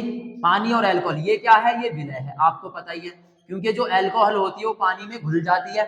तो मैंने यहाँ पर दो चीज ली है, तब ये विलय और विलायक को मिलाकर आपको पता है क्या बनता है, विलयन बनता है। क्या बनता है, विलयन। तो मेरे पास में एक ये वाला विलयन है। अब यहाँ पर आ जाओ, यहाँ पर मैंने क्या काम किया है, यहाँ पर मैंने पानी लिया है, पानी आपको पता है क्या है, विलय, विलायक है, क्या है, विलायक है। और इसमें मैंने दूसरा क्या किया, काम किया है, मैंने इसमें चीनी डाल दिया है। चीनी क्या है, विलय है, आपको पता है, क्योंकि चीनी क्या हो जाती है, पानी में डिजोल्व हो जाती है। तो दो कंडीशन, और विलय और विलायक को मिलाकर यहाँ पर भी विलयन ही बन रहा है। ये मैंने दो कंडीशन बताई हैं। इन दोनों कंडीशन में पहले समझो कि विलय क्या है और विलायक क्या है। ये जो विलय है ना, क्या है, पानी, ये पानी क्या है, ये भी आपका क्या है, वाष्पशील है। क्या है, वाष्पशील, यानी कि जब आप इसको गर्म करोगे तो गर्म करने के बाद में पानी का क्या बन जाएगा, भाप बन जाएगा, तो इसीलिए इसको बोलते हैं वाष्पशील यानी वोलेटाइल। और अल्कोहल, अल्कोहल को भी जब आप धीरे धीरे गर्म करोगे तो वो भी क्या होगा, वो भी भाप बन के उड़ जाएगी। तो इसका मतलब ये भी क्या है, ये भी आपका वाष्पशील है। तो इसका मतलब ये हुआ कि ये एक ऐसा सॉल्यूशन है जिसमें विलय और विलायक दोनों क्या हैं, वाष्पशील है, वोलेटाइल वोलेटाइल है। अब यहां पर आ जाओ जरा, पानी क्या है, मैंने आपको बताया पानी क्या है, वाष्पशील है, क्योंकि भाप बनकर उड़ जाता है ये। लेकिन चीनी, चीनी क्या है, चीनी है अवाष्पशील। क्या है, चीनी है अवाष्पशील। आप पानी और चीनी के मिश्रण को गर्म करते रहो, गर्म करते रहो, गर्म करते रहो, पानी जो होगा वो वाटर वेपर बनकर उड़ जाएगा, लेकिन जो चीनी है, चीनी उसी में बच जाएगी। चीनी ऐसा नहीं है कि चीनी के मॉलिक्यूल्स भी उड़ जाएंगे, ऐसा होगा नहीं। अगर ना यकीन आए तो आप प्रैक्टिकल करके देख लेना। चीनी और पानी के मिश्रण को लेना, ठीक है ना, और उसको गर्म करते रहना, गर्म करते रहना, तो जो पानी होगा वो भाप बन के उड़ जाएगा, और एक कंडीशन ऐसी जाएगी बस उसमें चीनी चीनी बचेगी। तो इसका मतलब क्या हुआ, पानी भाप बन के उड़ रहा तो वो वाष्पशील हो गया, और चीनी क्या हुई, अवाष्पशील। क्यों, क्योंकि चीनी भाप बनकर उड़ेगी ही नहीं। तो मैंने दो कंडीशन बताई है, दो तरीका के आपके विलयन हो सकते हैं, या तो उसमें क्या होंगे, एक चीज वाष्पशील और दूसरी चीज भी वाष्पशील हो सकती है, यानी दोनों चीज विलय और विलायक वाष्पशील हो सकती है। दूसरी कंडीशन ये बताई कि इसमें जो विलायक होगा वो वाष्पशील होगा और जो विलय होगा वो वाष्पशील होगा।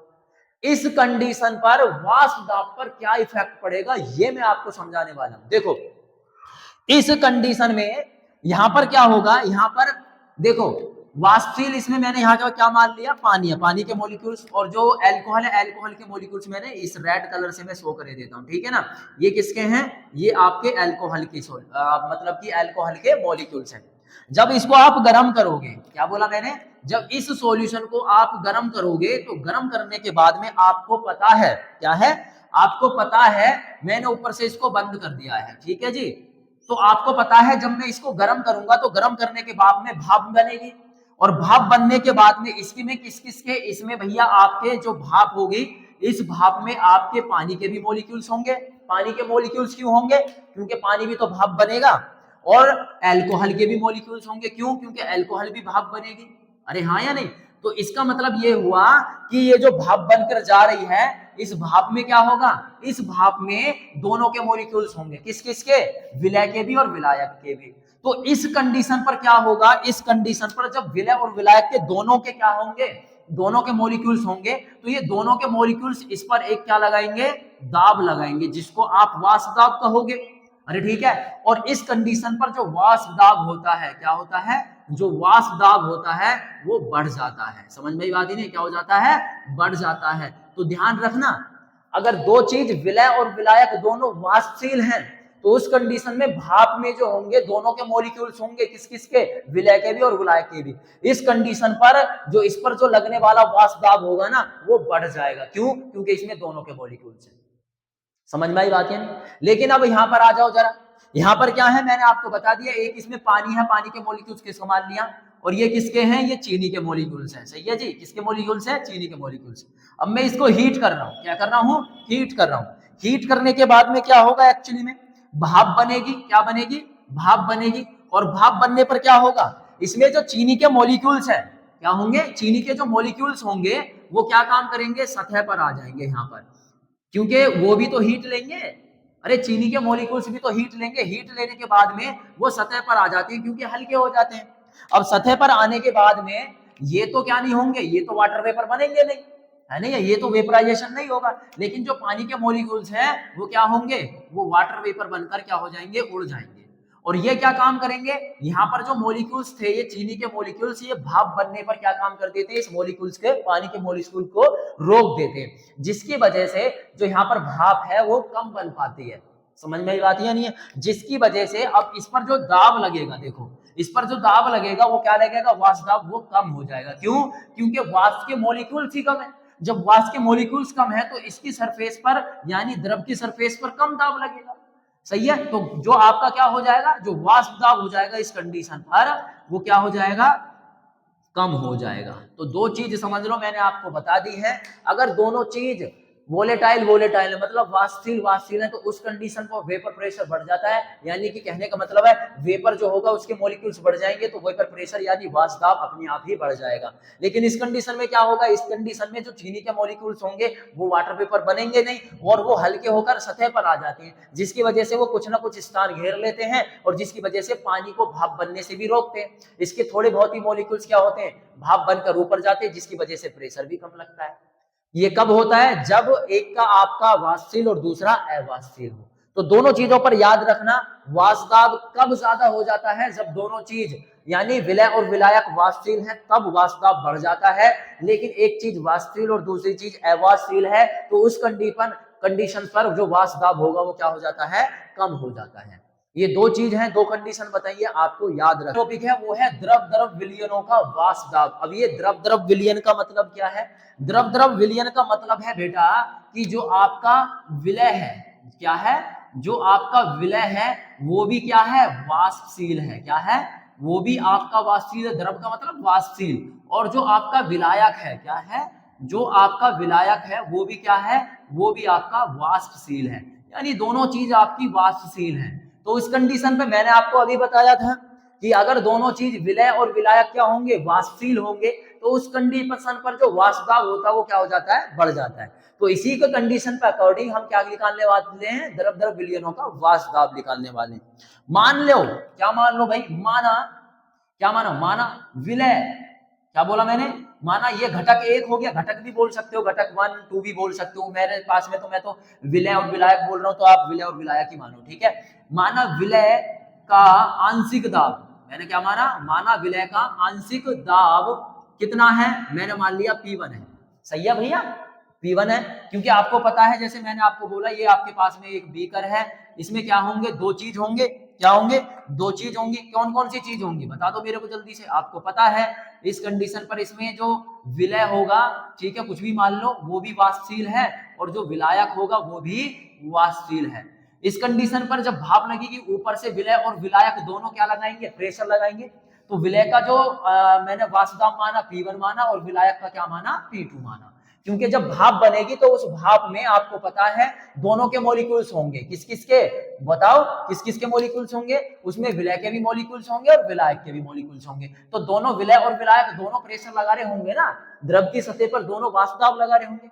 तो मैंने मान लिया, माना विलय का आंशिक दाब P1 है, और विलायक का क्या, विलायक का आंशिक दाब जो है वो कितना है, P2 है। ये मान लिया मैंने, समझ में बात है नहीं। और इनका मोल प्रभाज, क्या बोला, मोल प्रभाज है ना, मोल प्रभाज कितना माना, एक का माना Chi1 और दूसरे का माना, यानी मोल प्रभाज, किसका मोल प्रभाज मान रहा हूं मैं, विलय का मान लो, चलो, है ना, विलय का मोल प्रभाज, विलय का मोल प्रभाज कितना माना मैंने, Chi1, और विलायक का कितना माना जी, बोलो, विलायक का मोल प्रभाज मैंने माना Chi2। यहीं पर अब कौन आ जाता है, अब आ जाते हैं आपके राउल्ट भाई साहब, राउल्ट साइंटिस्ट, है ना, कौन आ जाता है, राउल्ट आ जाते हैं। राउल्ट क्या बताता है, राउल्ट का नियम, है ना, राउल्ट क्या बताता है, राउल्ट का, आप बोल सकते हो राउल्ट का वाष्प दाब का नियम, वाष्प दाब का नियम क्या बोलता है, ये बोलता है कि जो आपका क्या होता है, जो विलयन होता है आपका,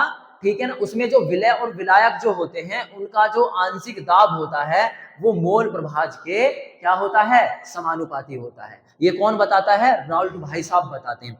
तो राउल्ट के नियम के अनुसार क्या बोलता है, राउल्ट का नियम यहाँ पर क्या बोलता है, द्रव द्रव वाष्प के लिए जो नियम दिया था उसने बोला है कि जो विलयन होता है, विलयन में जो विलय और जो विलायक होते हैं उनका जो आंशिक दाब होता है वो मोल प्रभाज के समानुपाती होता है। तो मैं इसको क्या लिख सकता हूं, मैं इसको लिख सकता हूं भैया, P1 क्या, P1 डायरेक्टली प्रोपोर्शनल होगा किसके, Chi1 के, और जो P2 होगा, P2 डायरेक्टली प्रोपोर्शनल होगा किसके, Chi2 के।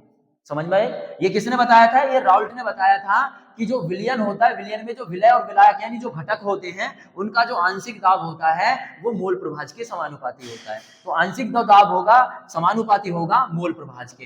ठीक है, समझ में आई।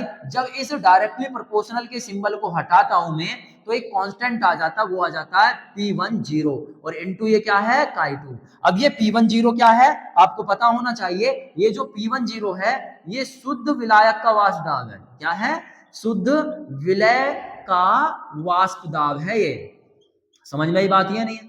जब यहां से मैं क्या काम करता हूं, यहां से भी इसको डायरेक्टली प्रोपोर्शनल के सिंबल को हटाता हूं तो हो जाता P2 बराबर कितना हो जाएगा P20 इंटू chi2। समझ में आई। अब ये P20 क्या है? ये विलय का विलायक का है। ये किसका है? शुद्ध विलायक का वाष्प दाब है। सही है जी, शुद्ध विलायक का वाष्प दाब है, वाष्प दाब। समझ में आ गई बात या नहीं है। अब यहां से कौन आ जाता है, इतना तो हमें चीज पता चल गई।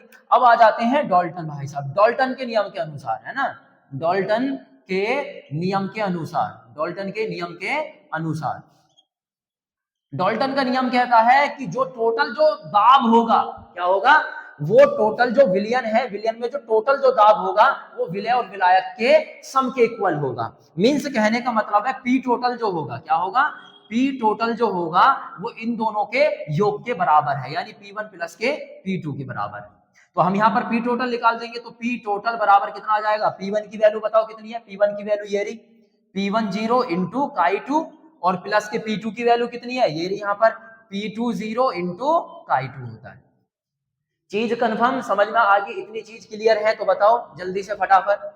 ठीक है भैया। अब एक आपको पता होना चाहिए, जो मोल प्रभाज होता है, क्या, मोल प्रभाज जो होता है, सही है जी, जो मोल प्रभाज होता है ना, विलय का और विलायक का, इन दोनों का क्या आता है, जो सम आता है दोनों का एक आता है, इससे ज्यादा नहीं आता। ध्यान रखना, मोल प्रभाज की जो वैल्यू आएगी, जब भी आप न्यूमेरिकल करोगे ना मोल प्रभाज के, तो जो वैल्यू आएगी विलय विलायक की 0.0 कुछ करके ही आएगी, यानी एक से कभी भी ज्यादा नहीं होगी। ध्यान रखना। तो मोल प्रभाज जो होता है, चाहे विलय और विलायक का, वो किसके बराबर होता है, वो 1 के बराबर होता है। अगर मेरे को क्या करना है, chi1 की वैल्यू निकालनी है, यानी विलय का मोल प्रभाज निकालना है, तो chi1 बराबर कितना हो जाएगा, 1 माइनस के इधर से आ जाएगा ये chi2, ये हो जाएगा। ठीक है बेटा। अब हम chi1 की वैल्यू यहां पर रख देंगे, सॉरी ये 1 है, ठीक है जी, 1 तो रखो। तो P टोटल कितना आ जाएगा बेटा, तो P टोटल बराबर आ जाएगा P10 इंटू, ठीक है ना, chi1 की वैल्यू कितनी है 1 माइनस के chi2 और प्लस के कितना है ये P20 इंटू chi2। अब बताओ इसमें क्या कॉमन है, chi2 पहले तो इसकी मल्टीप्लाई करो तो ये कितना हो जाएगा P10, है ना, 1 की मल्टीप्लाई करेंगे इसमें, माइनस के इसकी मल्टीप्लाई करोगे तो क्या आएगा P10 इंटू chi2 और प्लस इसको करोगे तो कितना आएगा P20 इंटू कितना आ जाएगा chi2, ये आ जाएगा। यहां से हमें क्या काम कर लेना है, chi2 कॉमन लेना है, तो कितना आ जाएगा बेटा आपका, यहाँ पर हो गया P10 माइनस के, यहाँ पर chi2 कॉमन ले लेंगे। जब chi2 कॉमन ले लेंगे यहाँ से तो क्या बचेगा, यहाँ पर देखो माइनस का है, अरे ठीक है माइनस का है, यहाँ पर माइनस कॉमन लिया है तो ये कितना हो जाएगा P10, अरे ठीक है, और यहाँ पर कितना हो जाएगा प्लस माइनस माइनस के P20। तो ये आपका निकल कर आता है P टोटल। समझ में आई बात नहीं, ये निकल कर आता है आपका द्रव द्रव विलयनों का वाष्प दाब। टॉपिक है आपका आदर्श तथा अनादर्श विलयन। आदर्श विलयन किसे कहेंगे जी, आदर्श विलयन, सही है, क्या बोला मैंने, आदर्श विलयन किसे कहेंगे, आदर्श विलयन भैया। आदर्श विलयन जो होगा आपका ऐसा विलयन होता है जो हर परिस्थिति में क्या काम करता है, राउल्ट के नियम, क्या, राउल्ट के नियम को फॉलो करता है, क्या करता है, राउल्ट के नियम को फॉलो करते हैं, उसको बोलते हैं हम आदर्श विलयन। हर कंडीशन में, चाहे कंडीशन कैसी भी सही, उस कंडीशन में अगर राउल्ट के नियम को फॉलो कर रहा है, हर परिस्थिति में राउल्ट के नियम को फॉलो करता है तो वो होगा आदर्श विलयन। आदर्श विलयन में जो आयतन जो परिवर्तन होगा, क्या होगा, वो आयतन जो परिवर्तन होता है वो 0 होता है। मतलब जब आप क्या काम करते हो, विलय और विलायक को आपस में मिलाओगे, जितना विलय और विलायक मिलाया है इतना ही रहेगा, आयतन में कोई परिवर्तन नहीं आएगा। ठीक है। दूसरी कंडीशन ये है डेल्टा एच भी परिवर्तन, यानी एंथैल्पी में जो परिवर्तन होगा वो भी 0 होगा। यानी कि जब आप क्या काम करोगे, जब विलय और विलायक को मिलाओगे आपस में तो कोई रिएक्शन नहीं होगी, तो इसका मतलब एंथैल्पी में भी कोई परिवर्तन नहीं होगा। तो उस कंडीशन में ये है आपका आदर्श विलयन। जैसे एथिल ब्रोमाइड यानी C2H5Br का सॉल्यूशन और प्लस एथिल आयोडाइड का सॉल्यूशन, ये एक आपका आदर्श विलयन है। बट एक्चुअली में कोई आदर्श विलयन इतने होते नहीं है, बट थोड़ा बहुत ये भी वो करता है विचलन हो, बट इसको हम प्रॉपर मान लेते हैं कि आपका आदर्श विलयन है। तो आदर्श विलयन क्या हो गया, ध्यान रखना, जो हर कंडीशन में राउल्ट के नियम को फॉलो करता है उसको बोलते हैं मतलब आदर्श विलयन। इसमें जो डेल्टा वी मतलब जो आयतन में परिवर्तन होगा वो जीरो होगा, कोई परिवर्तन नहीं होगा, और जो एंथैल्पी होगी एंथैल्पी में कोई परिवर्तन नहीं होगा। अब आ जाते हो आपके अनादर्श विलयन। कौन सा? अनादर्श विलयन। ठीक है जी। अनादर्श विलयन किसे कहेंगे? जो हर कंडीशन पर राउल्ट के नियम, क्या राउल्ट के नियम को फॉलो नहीं करते हैं, उनको बोलते हैं अनादर्श विलयन। इस कंडीशन में आपका डेल्टा वी क्या होगा? जीरो के बराबर नहीं होगा, मतलब आयतन में कुछ ना कुछ परिवर्तन होगा। जब आप विलय और विलायक को आप मिलाओगे ना, तो कहीं ना कहीं उसमें आयतन में परिवर्तन होगा ही होगा। और एंथैल्पी में एंथैल्पी भी जीरो नहीं होगा, एंथैल्पी में भी परिवर्तन होगा। समझ में बात है नहीं है? और ये आदर्श जो विलयन होते हैं, दो प्रकार के विचलन शो करते हैं। कितने? दो प्रकार के विचलन शो करते हैं। एक कौन कौन सा? एक होता है आपका धनात्मक, क्या धनात्मक विचलन, सही है जी, और दूसरा होता है ऋणात्मक विचलन, ऋणात्मक विचलन, सही है जी। धनात्मक कब होगा? देखो अगर ये डेल्टा वी की वैल्यू जो है, क्या है, डेल्टा वी की वैल्यू क्या आ जाए? ज्यादा आ जाए जीरो से, तो समझ जाना वो धनात्मक विचलन है। और डेल्टा एच की भी वैल्यू जीरो आ जाए, जीरो से ज्यादा आ जाए, तो समझ लेना वो क्या है? वो तो धनात्मक। लेकिन अगर डेल्टा वी की वैल्यू क्या है? जीरो से ज्यादा कम आ जाए, सही है, कम आ जाए डेल्टा वी की वैल्यू, तो ऋणात्मक विचलन है। और अगर डेल्टा एच की वैल्यू भी जीरो से कम आ जाए तो वो ऋणात्मक विचलन शो करता है। ठीक है ना, ये आपके लिए ज्यादा इंपॉर्टेंट नहीं है, बस आप ध्यान कर लो। आदर्श विलयन किसे कहेंगे?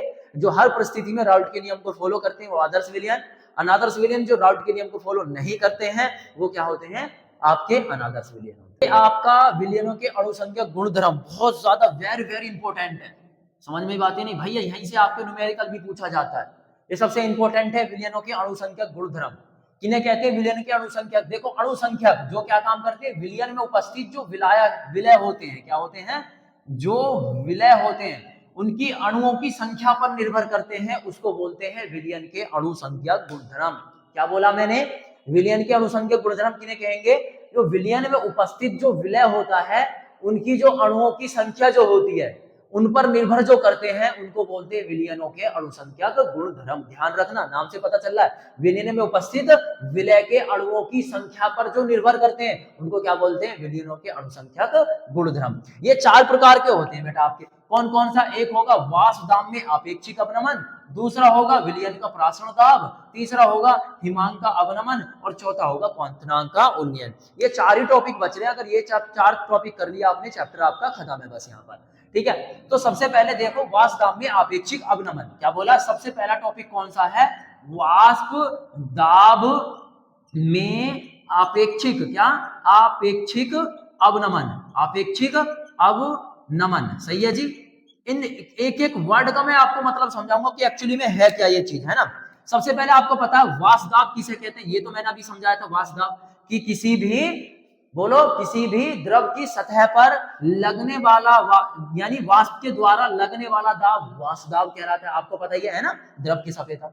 और अवनमन का मतलब देखो, अवनमन है ना, अवनमन का मतलब क्या होता है? अवनमन का मतलब होता है कमी। क्या है? अवनमन का मतलब होता है कमी। तो मेरे को एक बात बताओ, वाष्प में अवनमन यानी वाष्प में कमी कब आएगी? जल्दी बताओ। मैंने दो कंडीशन बताई थी। वाष्प में कमी तब आएगी जब हम क्या काम करें? जब हम मान के चलो मेरे पास में क्या है? पानी है। क्या है? ये मेरे पास में पानी है, और पानी क्या है? आपको पता है वाष्पशील है। बताया था नहीं बताया था? अरे बताया था, ठीक है जी। और इसमें मैं क्या काम कर दूं? कोई चीनी वगैरह मिला दूं। क्या मिला दूं? ये मैंने चीनी के अणु मिला दिए। ये क्या है? आपकी चीनी के अणु है। और चीनी क्या है? चीनी है आपकी अवाष्पशील। तो इसका मतलब है जब मैं वाष्पशील विलय में अवाष्पशील चीज मिला देता हूं, यानी विलय यानी सॉरी वाष्पशील विलायक में अवाष्पशील विलय मिला देता हूं, तब क्या आ जाती है? वाष्प में कमी आ जाती है। समझ में ही बात है नहीं है? अरे ठीक है, इसी को बोलते हैं वाष्प में अवनमन। समझ में ही बात नहीं? वाष्प में अवनमन मतलब कमी। कमी कब आती है? जब हम वाष्पशील विलायक में अवाष्पशील विलय मिला देते हैं, तब उसके वाष्प में कुछ कमी आ जाती है। इसी कमी को हम बोलते हैं वाष्प में अवनमन। समझ में ही बात है? मान के चलो ये पानी है। पानी क्या है? शुद्ध है। क्या है? शुद्ध विलायक है। ठीक है जी, क्या है? शुद्ध विलायक है। मान के चलो इस शुद्ध विलायक का जो आपका क्या था? शुद्ध विलायक का जो वाष्प दाब था वो कितना था? वो मैंने मान लिया P0 है। क्या है, P0 बताया था ना मैं, शुद्ध विलायक। जैसे ही मैंने क्या काम करा, जैसे ही मैंने इसमें क्या मिलाया, चीनी मिला दी, तो इसका वाष्प दाब कम हो जाएगा, और वो कितना हो गया, वो मान के चलो P हो गया। क्या हो गया, P हो गया। तो अब मैं निकाल देता हूं वाष्प दाब में अवनमन। क्या बोला, वाष्प दाब में अवनमन कितना हो जाएगा, ये हो जाएगा। आप बताओ कैसे निकालोगे वाष्प दाब में अवनमन, जल्दी बताओ। ज्यादा में से कम को माइनस करोगे तो कितना हो जाएगा, P0 माइनस के P। अरे यही तो होगा भाई। मान के चलो शुद्ध विलायक का जो वाष्प दाब था, पहले जब आप सिर्फ इसमें पानी नहीं, चीनी नहीं मिलाई आपने, तब क्या काम करा, देखो मैं यहाँ पर समझा देता हूँ आपको। मान के चलो ये क्या है, ये आपका सिर्फ पानी है। क्या है, पानी है। तो सिर्फ पानी है तो इसका भाप बनेगा, सारे के सारे अणु भाप बन जाएंगे, और भाप बनने के बाद में इस पर बहुत ज्यादा प्रेशर लगाएंगे, क्योंकि ये तो शुद्ध है, पानी है, और पानी के सारे मॉलिक्यूल्स भाप बन जाएंगे, और इसके द्वारा एक प्रेशर लगेगा तकड़ा वाला। तो वो पानी का जो प्रेशर होगा वो ज्यादा होगा। मान के चलो मैंने वो 50 है, कितना है, 50 है। लेकिन जैसे ही मैंने क्या काम करा, यहाँ पर आ जाओ, ये जो पानी था, इस पानी में मैंने क्या मिला दी, पानी है, और पानी के साथ में मैंने इसमें चीनी भी मिला दी। अब चीनी मिलाने के बाद में क्या हुआ, चीनी मिलाने के बाद में इसका प्रेशर जो वो घट जाएगा, यानी वाष्प दाब जो वो घट जाएगा। अब वो 50 से घटकर कितना रह गया, 40 रह गया। तो कितने की कमी आएगी, आप बोलोगे सर 50 माइनस के 40 बराबर कितना आ गई, 10 की कमी आ गई। तो यहाँ भी तो मैंने वही बोला है कि जो शुद्ध विलायक था, पानी था, उसका जो वाष्प दाब वो कितना है, P0 था। और लेकिन जैसे ही चीनी मिलाई तो उसका वाष्प दाब कितना हो गया, P। तो वाष्प दाब में अवनमन कितना आ गया, P0 माइनस के P आ गया। समझ में, ये हो गया वाष्प दाब में अवनमन। लेकिन हमें पढ़ना क्या है, आपेक्षिक अवनमन। तो वान वेबो एक साइंटिस्ट था, उसने बोला अगर मैं क्या काम करता हूं, अगर मैं देखो, अगर मैं यहाँ पर अभी क्या कर रहा है, यहाँ पर आग धीरे धीरे चल रही है, लेकिन जैसे ही मैं टेम्परेचर को बढ़ाता हूँ, क्या बढ़ाता हूँ, टेम्परेचर को जैसे ही बढ़ाऊंगा, तो टेम्परेचर को बढ़ाने की वजह से क्या होगा, वाष्प दाब ज्यादा बनेगा, जिसकी वजह से प्रेशर भी क्या लगेगा, बोलो, वाष्प दाब का प्रेशर भी ज्यादा हो जाएगा। तो उसने देखा कि जब हम टेम्परेचर बढ़ाते हैं तो वाष्प दाब जो होगा आपका, वो भी क्या होता है, बढ़ जाता है। तो उनने बोला वाष्प दाब में जो अवनमन होगा, क्या बोला, वाष्प दाब में जो अवनमन होगा, क्या होगा, आप सॉरी, वाष्प दाब में आपेक्षिक अवनमन, आपेक्षिक, क्या बोला, वाष्प दाब में जो आपेक्षिक अवनमन होगा, अब नमन जो होगा, कमी जो होगी, वो कितनी होगी, वो होगी P0 माइनस के P अपॉन P0।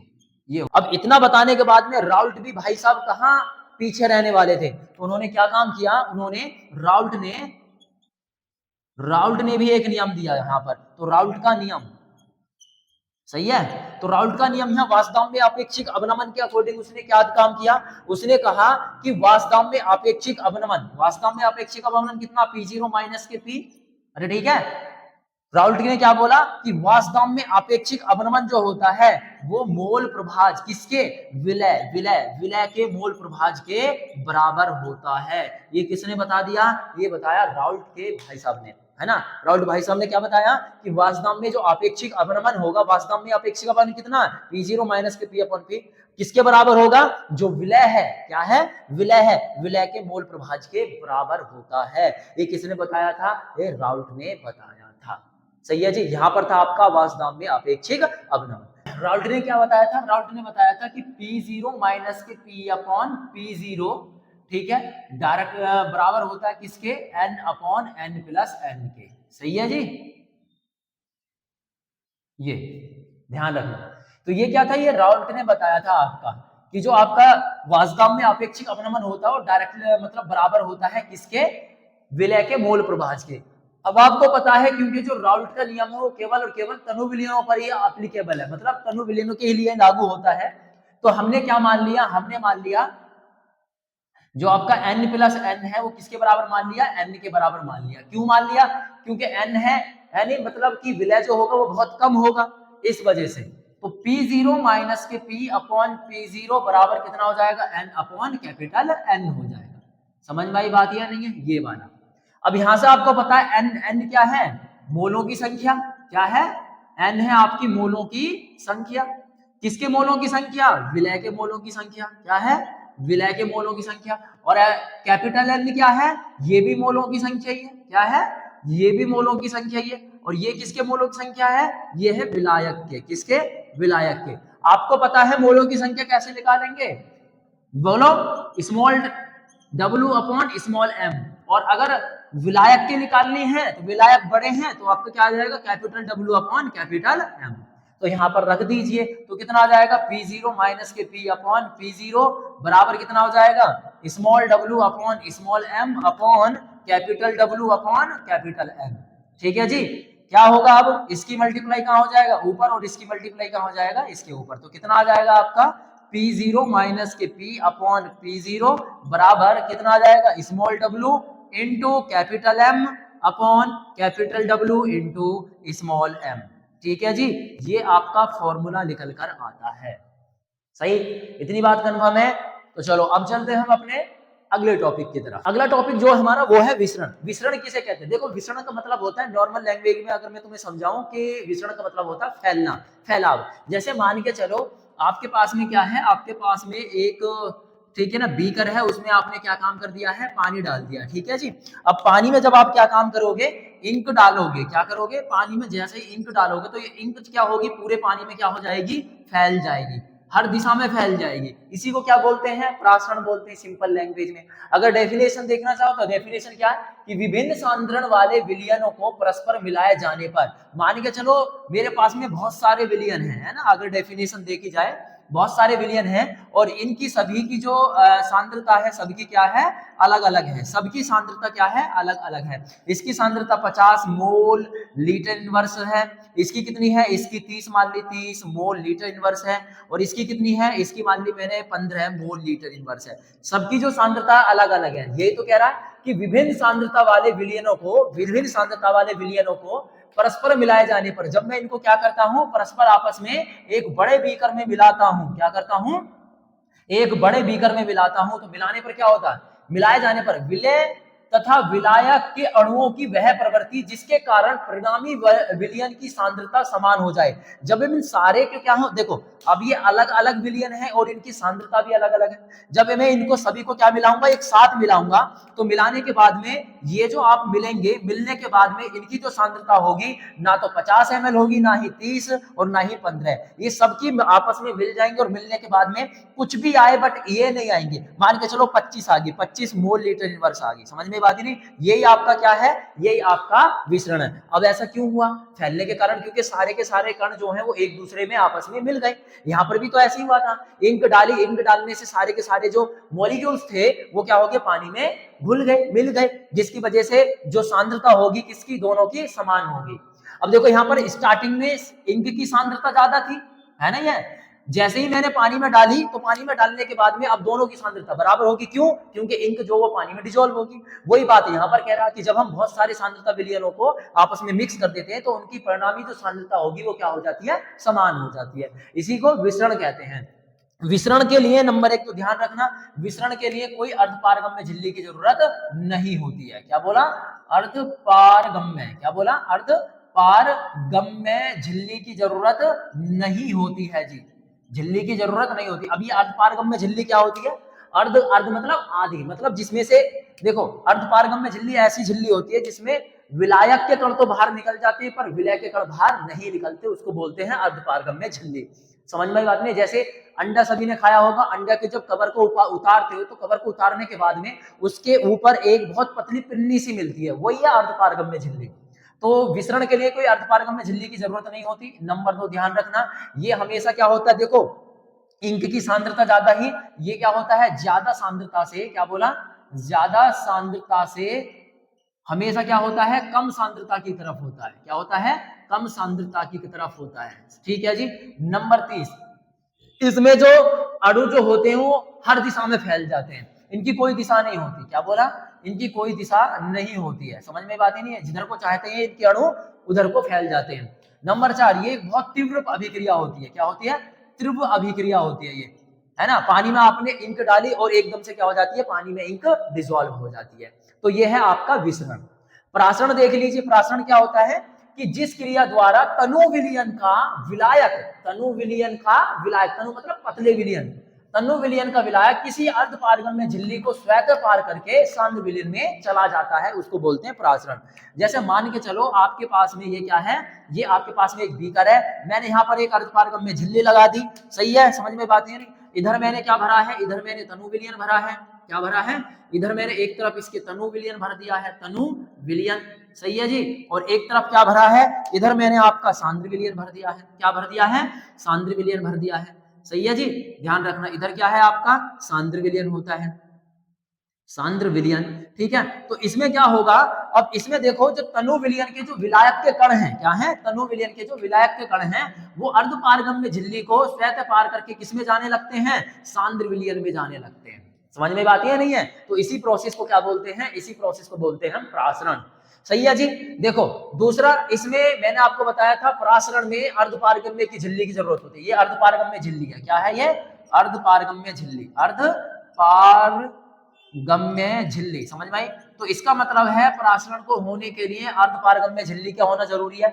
दूसरा, ये हमेशा कैसा होता है, देखो कम सांद्रता से ज्यादा सांद्रता की, ये उल्टा हो रहा है, ये ज्यादा सांद्रता से कम सांद्रता की तरफ, लेकिन जो आपका प्रासरण है वो क्या होता है, कम सांद्रता से, क्या बोला, कम सांद्रता से किसकी तरफ होता है, ज्यादा सांद्रता की तरफ होता है ना। और इसको एक दिशा होती है, देखो मैंने बताया था ना, ये देखो ये इधर से तनु विलियन से सांद्र विलियन, ऐसा नहीं है सब में चले जाएंगे, नहीं, ये इसके लिए क्या होती है, दिशा की जरूरत होती है, और ये तीव्र अभिक्रिया नहीं होती है, बहुत धीमी अभिक्रिया होती है। समझ में आई बात या नहीं है, ये है आपका प्रासरण और विसरण। आई होप कि आपको ये समझ में आ गया होगा कि प्रासरण क्या है और विसरण क्या है। प्रासरण का मैं आपको एक एग्जांपल, जैसे यहाँ पर मैंने आपको विसरण का एक एग्जांपल बताया था कि जब आप क्या करते हो, पानी में इंक डालते हो तो इंक क्या हो जाती है, कंप्लीटली डिसॉल्व हो जाती है, फैल जाती है सभी में, और उनकी सांद्रता इंक की और पानी की समान हो जाती है, तो वो हो गया आपका विसरण। और मैंने बताया था विसरण का मतलब होता है फैलना, लेकिन प्रासरण में ऐसा नहीं होता। प्रासरण का एग्जाम्पल देखो कि जब आप क्या काम करते हो, किशमिश को पानी में डिसॉल्व कर देते हो तो क्या हो जाती है, किशमिश फूल जाती है। रीजन क्या उस चीज का, रीजन ये है क्योंकि जो किशमिश होती है उसकी सांद्रता ज्यादा होती है जबकि पानी की सांद्रता कम होती है। अब इससे क्या होगा, और किशमिश में एक होती है, उसके ऊपर होती है एक अर्धपारगम्य झिल्ली। अब क्या होगा कि जो आपका क्या होगा, पानी होगा, अर्धपारगम्य झिल्ली को पार करके किसमें चला जाएगा, बोलो, किशमिश में चला जाता है, सही है। इसी वजह से जो किशमिश होती है वो फूल जाती है। लेकिन अगर उस फूली हुई किशमिश को मैं क्या काम करता हूं, मैं चाशनी में, बोले तो मैं रसगुल्ले के रस में डालता हूं, तो वो किशमिश पिचक जाती है। क्यों पिचक जाती है, क्योंकि अब जो पानी किसके अंदर चला गया था, किशमिश के अंदर। अब किशमिश की कंसंट्रेशन होगी यानी सांद्रता होगी कम, और रसगुल्ले के रस की ज्यादा होगी सांद्रता। अब जैसे ही आप क्या काम करोगे, फूली हुई किशमिश को रसगुल्ले के रस में डालोगे तो वो पिचक जाएगी, यानी पानी अब क्या हो जाएगा, बताओ, रसगुल्ले के रस में चला जाएगा, इस वजह से किशमिश पिचक जाती है। तो इसके एग्जांपल भी बता दिए, और मैंने विसरण और प्रासरण क्या होता है ये भी बता दिया। अब तुम कहोगे सर मैंने ये क्यों बताया, क्योंकि अब हम पढ़ने वाले हैं प्रासरण दाब। क्या पढ़ने वाले हैं, प्रासरण दाब। अब देखो प्रासरण दाब क्या होता है, मैंने आपको प्रासरण समझाया था अभी। प्रासरण क्या होता है, प्रासरण में मान के चलो ये आपके पास में क्या है, एक बीकर है, और इसके बीच में मैं क्या लगा देता हूं, बोलो, एक अर्धपारगम्य झिल्ली लगा देता हूं, और एक तरफ भरता हूं मैं क्या, एक तरफ भरता हूं मैं तनु विलियन, क्या, एक तरफ भरता हूं मैं तनु विलियन, इधर तनु विलियन है, ठीक है जी, क्या है, तनु विलियन है इधर, और इधर क्या है, इधर मान के चलो ये सांद्र विलियन है, इधर क्या भर दिया मैंने, सांद्र विलियन भर दिया, ठीक है जी, ये इधर की तरफ। तो अब होगा क्या, सभी को पता, मैंने आपको बताया था, क्या भरा इधर, सांद्र विलियन, ठीक है जी।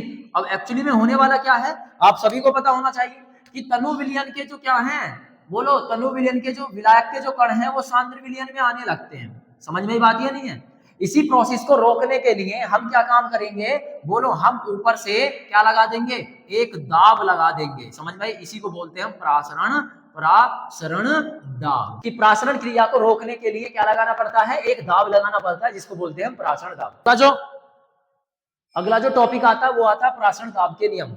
देखो जो वन ठाप था, ठीक है ना, वन ठाप ने तनु विलियनों का अध्ययन किया, और तनु विलियनों का अध्ययन करने के बाद में पाया कि भैया जो तनु विलियन होते हैं ना, उनमें जो तनु विलियन के जो विलय के जो कण होते हैं वो गैस की तरह व्यवहार करते हैं। समझ में आई बात, क्या बोला, जो आपका वन ठाप था, वह वन ठाप ने क्या काम किया, तनु विलियनों का अध्ययन किया, और अध्ययन करने के बाद उनको पता चला कि तनु विलियन के जो अणु होते हैं ना, वो बिल्कुल गैस की तरह व्यवहार करते हैं। तो वहीं से गैस के नियमों को उसने उठा लिया है। समझ में, जैसे बायल का नियम, चार्ल्स का 11वीं क्लास में आपने पढ़ा होगा, बायल्स का नियम, चार्ल्स का नियम, एवोगाड्रो का नियम, है ना। तो वहीं से उसने क्या काम किया, प्रासरण दाब के नियम भी उठा लिए। तो उसमें क्या बोला गया, पहला है बॉयल वन ठाप का नियम। बॉयल, क्योंकि आपको पता है उसका नाम बॉयल का नियम था, उसका नाम जोड़ दिया, और साथ में वन ठाप ने अपना नाम भी जोड़ दिया, तो बोल दिया बॉयल वन ठाप का नियम। ये वाला जो प्राशन दाब के जो नियम है वो किसने दिए हैं? वनट ने। लेकिन बायल और चार्ल्स ने क्या काम किया था? गैस के नियम दिए थे। समझ में आई बात ये नहीं है? लेकिन उसने बोला, किसने? वनट ने ये बोला कि जो तनु विलियन होते हैं ना वो गैस की तरह व्यवहार करते हैं, इसलिए उसने गैस के नियमों को उठा लिया, बायल्स और चार्ल्स के। तो क्या बोला? इसलिए हम बोलते हैं इसको बॉयल वनट का नियम। बॉयल गैस के लिए था, वनट ने किसके लिए? प्राशन दाब के लिए, यानी तनु विलियन के लिए नियम दिया, इसलिए दोनों को मिलाकर बोलते हैं बॉयल वनट का नियम। उसने क्या बोला? स्थिर ताप पर, क्या? स्थिर ताप पर जो प्रासरण दाब होगा, ये पाई क्या है? प्रासरण दाब। क्या है? प्रासरण दाब जो होगा, ठीक है ना, वो डायरेक्टली प्रोपोर्शनल यानी समानुपातिक होता है किसके? सांद्रता के। किसके? सांद्रता के। समझ में बात ये नहीं? ये किसने बोला था? बॉयल वनट ने बोला था अगर टेम्परेचर को स्थिर कर दिया जाए, स्थिर तापमान पर किसी भी विलयन का प्रासरण दाब उसकी सांद्रता के समानुपाती होता है। तो हम बोल सकते हैं पाई बराबर, जब इस डायरेक्टली प्रोपोर्शनल के सिंबल को हो जाते हैं, एक आ जाता है कांस्टेंट आरसी। तो ये है आपका बॉयल वनट का नियम। दूसरा आ जाता है चार्ल्स का नियम या चार्ल्स वनट का नियम। क्या है? चार्ल्स वनट का नियम। ठीक है जी, चार्ल्स वनट का नियम क्या कहता है? चार्ल्स वनट तो कहता है स्थिर सांद्रता या स्थिर आयतन पर, क्या बोला? स्थिर सांद्रता या स्थिर आयतन पर किसी भी विलयन का जो प्रासरण दाब होगा वो तापमान के समानुपाती होता है। तो हम इसको क्या लिख सकते हैं? पाई बराबर लिख सकते हैं इसको R इंटू टी। समझ में आया? क्या लिख सकते हैं? पाई बराबर आर टी। यहाँ पर एक बात और ध्यान रखना बेटा, C बराबर होता है 1/v। क्या होता है? C बराबर 1/v होता है। तो हम इसको ऐसे भी लिख सकते हैं पाई बराबर R इंटू 1/v। v की मल्टीप्लाई इधर करोगे तो कितना आ जाएगा? पाई v बराबर कितना आ जाएगा? R। ध्यान रखना, इसको मैं ऐसे भी लिख सकता हूँ। तो ये हो गया पाई बराबर आर टी, या इसको मैं क्या भी लिख सकता हूँ? या इसको लिख सकता हूँ पाई अपॉन टी बराबर आर, ये भी लिख सकता हूँ। सही है? ये समीकरण 1 होगी और ये समीकरण 2 होगी। आवोगाद्रो वनट का नियम क्या बोला था? आवोगाद्रो वनट ने बोला था कि भैया अगर मान के चलो तुम्हारे पास में क्या है, कोई विलयन है, उसका प्राशन दाब, टेम्परेचर और आयतन क्या है, अगर सभी के बहुत सारे विलयन हैं और उनके प्राशन दाब, टेम्परेचर और आयतन क्या है? सेम है, तो उनमें अणुओं की संख्या भी क्या होगी? समान होगी। ये किसने बोला था? ये आवोगाद्रो वनट का नियम है। ध्यान रखना, बहुत सारे आपके पास में सॉल्यूशन है, लेकिन उनका प्राशन दाब, टेम्परेचर और आयतन अगर क्या है? समान है, तो उनमें उपस्थित विलय के अणुओं की संख्या भी क्या होगी? समान ही होगी। समझ में आ गई बात या नहीं? तो ये थे आपके प्राशन दाब के नियम। 3 नियम है, 1 2 3 ने याद कर लेना।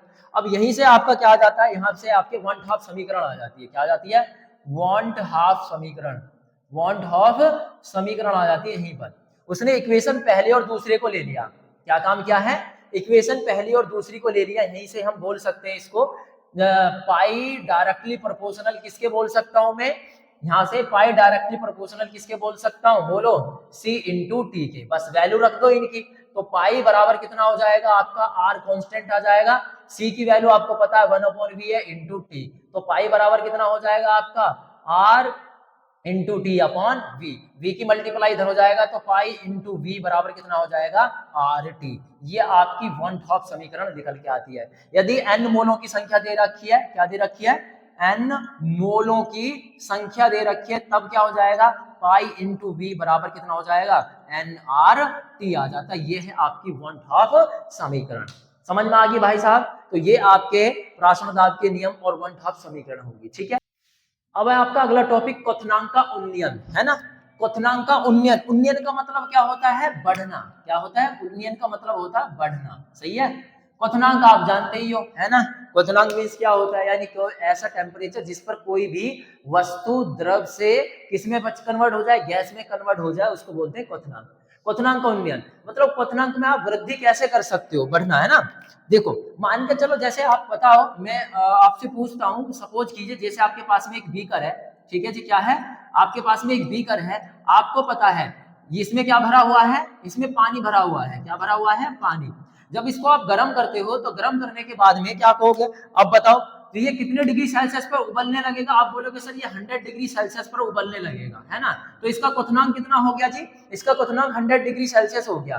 कि जैसे ही 100 डिग्री सेल्सियस इसका टेम्परेचर हुआ, ये बॉयल होने स्टार्ट होगा और वाटर वेपर बनकर ऊपर उड़ जाएगा। तो 100 डिग्री सेल्सियस इसका क्या हो गया, क्वथनांक। अब आप इसको कितनी भी हीट दो, कितनी भी 100 डिग्री सेल्सियस से इसके ज्यादा बढ़ नहीं सकता है।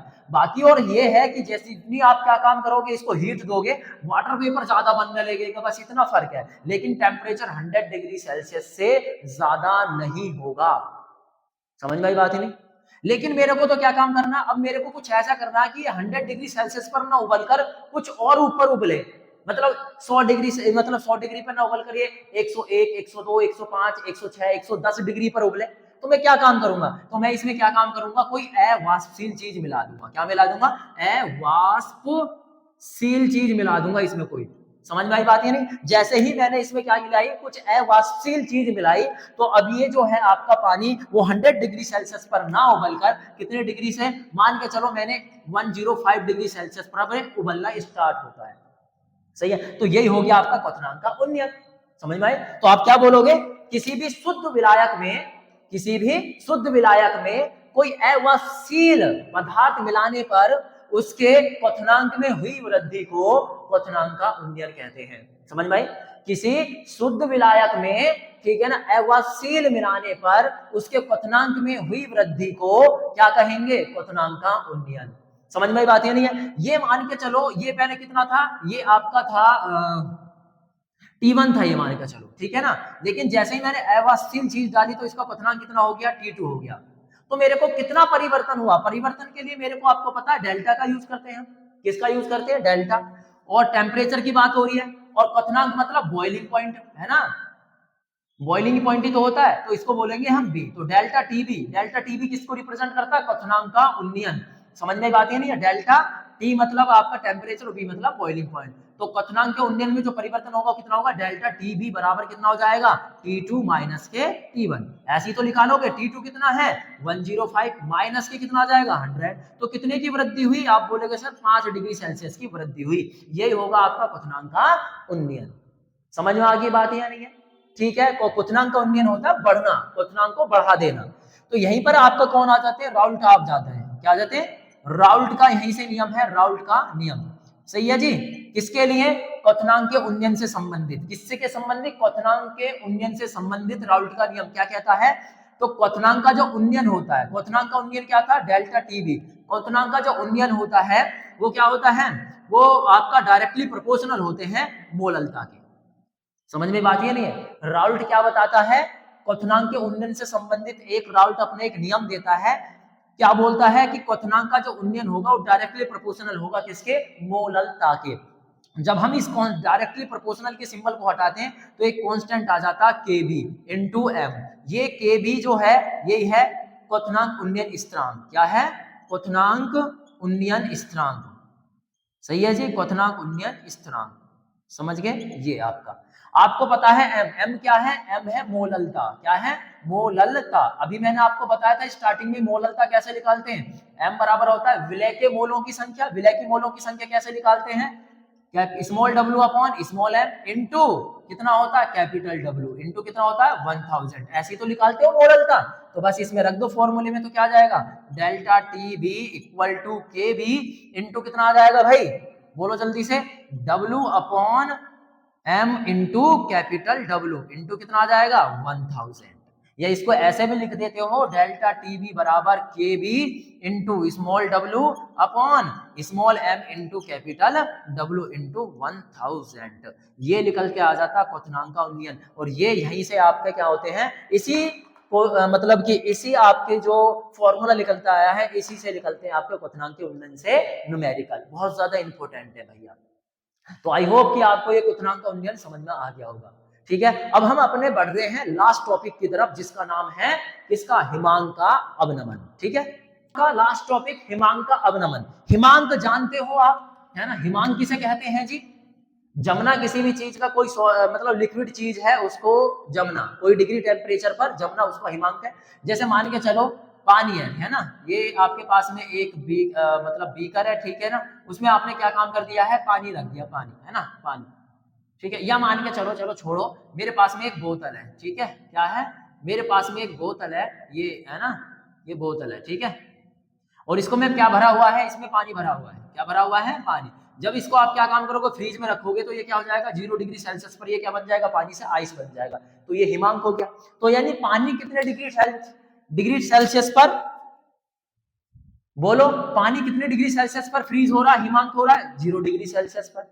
अब मैं बोल रहा हूं कि ये 0 डिग्री सेल्सियस पर ना बॉइल हो, मतलब कि ना जमकर ये कितना -1 डिग्री पर या -2 पर या -3 डिग्री पर क्या हो, ये जमे, फ्रीज हो। समझ में आई बात या नहीं है? तो इसमें मैं क्या काम करूंगा, इसमें भी फिर से मैं क्या मिला दूंगा, अवाष्पशील, क्या अवाष्पशील चीज मिला दूंगा। जैसे ही मैं इसमें अवाष्पशील चीज मिलाऊंगा तो ये क्या होगा, ये अब 0 डिग्री सेल्सियस पर ना मेल्ट, ना वो जमकर ये -1 या -2 या -3 डिग्री टेम्परेचर पर भी ये क्या होगा, फ्रीज होगा। ठीक है जी। तो अवनमन का मतलब होता है कमी। क्या होता है, कमी। समझ में आई बात है नहीं? तो हिमांक का अवनमन की डेफिनेशन क्या हुई कि किसी शुद्ध विलायक में कोई अवाष्पशील चीज मिलाने पर उसके हिमांक में होने वाले कमी को क्या कहेंगे, हिमांक का अवनमन। जैसे कोई मैंने मान के चलो, जैसे ये अभी क्या था, ये अभी पानी है, पानी का जो हिमांक है वो कितना है, 0 डिग्री सेल्सियस, वो T1 है। और जैसे ही मैंने अवाष्पशील चीज मानी, अब ये क्या मेरा, अब ये क्या हो रहा है, बोलो, जैसे ही अभी 0 डिग्री सेल्सियस पर, अभी ये कितने पर है, -5 डिग्री सेल्सियस पर फ्रीज हो रहा है। तो ये कितना हो गया, ये हो गया T2, है ना। तो हिमांक मतलब परिवर्तन हो रहा है। देखो यहाँ पर पहले 0 डिग्री सेल्सियस पर फ्रीज हो रहा था, अब कितने पर, -5 पर। तो परिवर्तन हो रहा है, तो परिवर्तन के लिए डेल्टा, और टेम्परेचर की बात हो रही है T। हिमांक, हिमांक मतलब बोलते हैं फ्रीजिंग पॉइंट, तो इसलिए F, है ना, डेल्टा TF बराबर कितना हो जाएगा, T2 माइनस के T1। T2 कितना था, बोलो, -5 डिग्री सेल्सियस, और ये कितना है, -0। तो टोटल कितना आ गया, -5 डिग्री सेल्सियस। समझ में आई, कमी होगी इतनी। तो इसको यहां पर भी राउल्ट आ जाता है, क्या आ जाता है, यहां पर भी राउल्ट का नियम आ जाता है। राउल्ट का नियम किससे संबंधित, किससे संबंधित, हिमांक के अवनमन से संबंधित। तो राउल्ट ने क्या बताया, राउल्ट ने बताया कि किसी भी विलय का हिमांक का जो अवनमन होता है, ठीक है ना, वो क्या, वो डायरेक्टली प्रोपोर्शनल होता है मोललता के। तो हम बोल सकते हैं डेल्टा TF डायरेक्टली प्रोपोर्शनल होगा मोललता के। यहाँ भी वही है, ठीक है। तो डेल्टा TF जब हम क्या करते हैं, डायरेक्टली प्रोपोर्शनल के सिंबल को हटा देते हैं, तो एक आ जाता है KF इंटू M। ये जो KF है, ये KF है हिमांक, क्या हो जाएगा, ये है आपका हिमांक उन्नयन स्थिरांक। क्या है, हिमांक अवनमन स्थिरांक, ठीक है ना, हिमांक अवनमन स्थिरांक। समझ गए, ये हो गया। और यहाँ आपको पता है m की वैल्यू कैसे निकालते हैं, मैंने अभी आपको बताया था। तो यहाँ फॉर्मूला बन जाएगा डेल्टा TF बराबर क्या आ जाएगा, KF into small w upon small m into capital W into 1000। ये फॉर्मूले से आप क्या निकाल सकते हो, हिमांक का अवनमन। सही है। हिमांक के अवनमन से बहुत सारे यूज होते हैं। जैसे तुमने देखा होगा आइसक्रीम वाले क्या काम करते हैं, जो पहले आते थे, ठीक है ना, आइसक्रीम वाले जो होते हैं वो क्या काम करते हैं, आइसक्रीम ना पिघले इसी वजह से उसमें बर्फ लगाते हैं और ऊपर से नमक डाल देते हैं। तो उसका जो टेम्परेचर है थोड़ा कम हो जाता है, वो 0 डिग्री सेल्सियस पर ना मेल्ट होकर कितने पर, और कम डिग्री सेल्सियस पर मेल्ट होगा, है ना। और विदेशों में जो आपके तुमने देखा होगा, विदेशों में जो ठंडे वाले देश हैं, ठीक है ना, जैसे कि अमेरिका वगैरह हो गए, तो वो क्या काम करते हैं, वो नमक का छिड़काव कर देते हैं। समझ में आए, जिसकी वजह से रोडों को साफ किया जा सके, ठीक है। तो ये हिमांक का अवनमन से संबंधित बहुत सारे एग्जाम्पल हैं। तो यहाँ पर आपको क्या होता है, ये चैप्टर फिनिश होता है। अगर आपको ये वीडियो अच्छी लगती है, अगर कोई आपको डाउट है किसी भी चीज में, ठीक है, तो आप हमें बेझिझक हमें कमेंट बॉक्स में बता सकते हैं। और अगर वीडियो अच्छी लगे तो भाई कमेंट और वीडियो को लाइक और शेयर जरूर कर दो, और चैनल को सब्सक्राइब ज्यादा कर दो, ठीक है। बाकी मिलेंगे हम ऐसे ही और वीडियो में। अब ये सीरीज चालू हो गई है, तो आपको 1-2 दिन बाद आपको दूसरा चैप्टर भी मिल जाएगा। तब तक के लिए गुड बाय।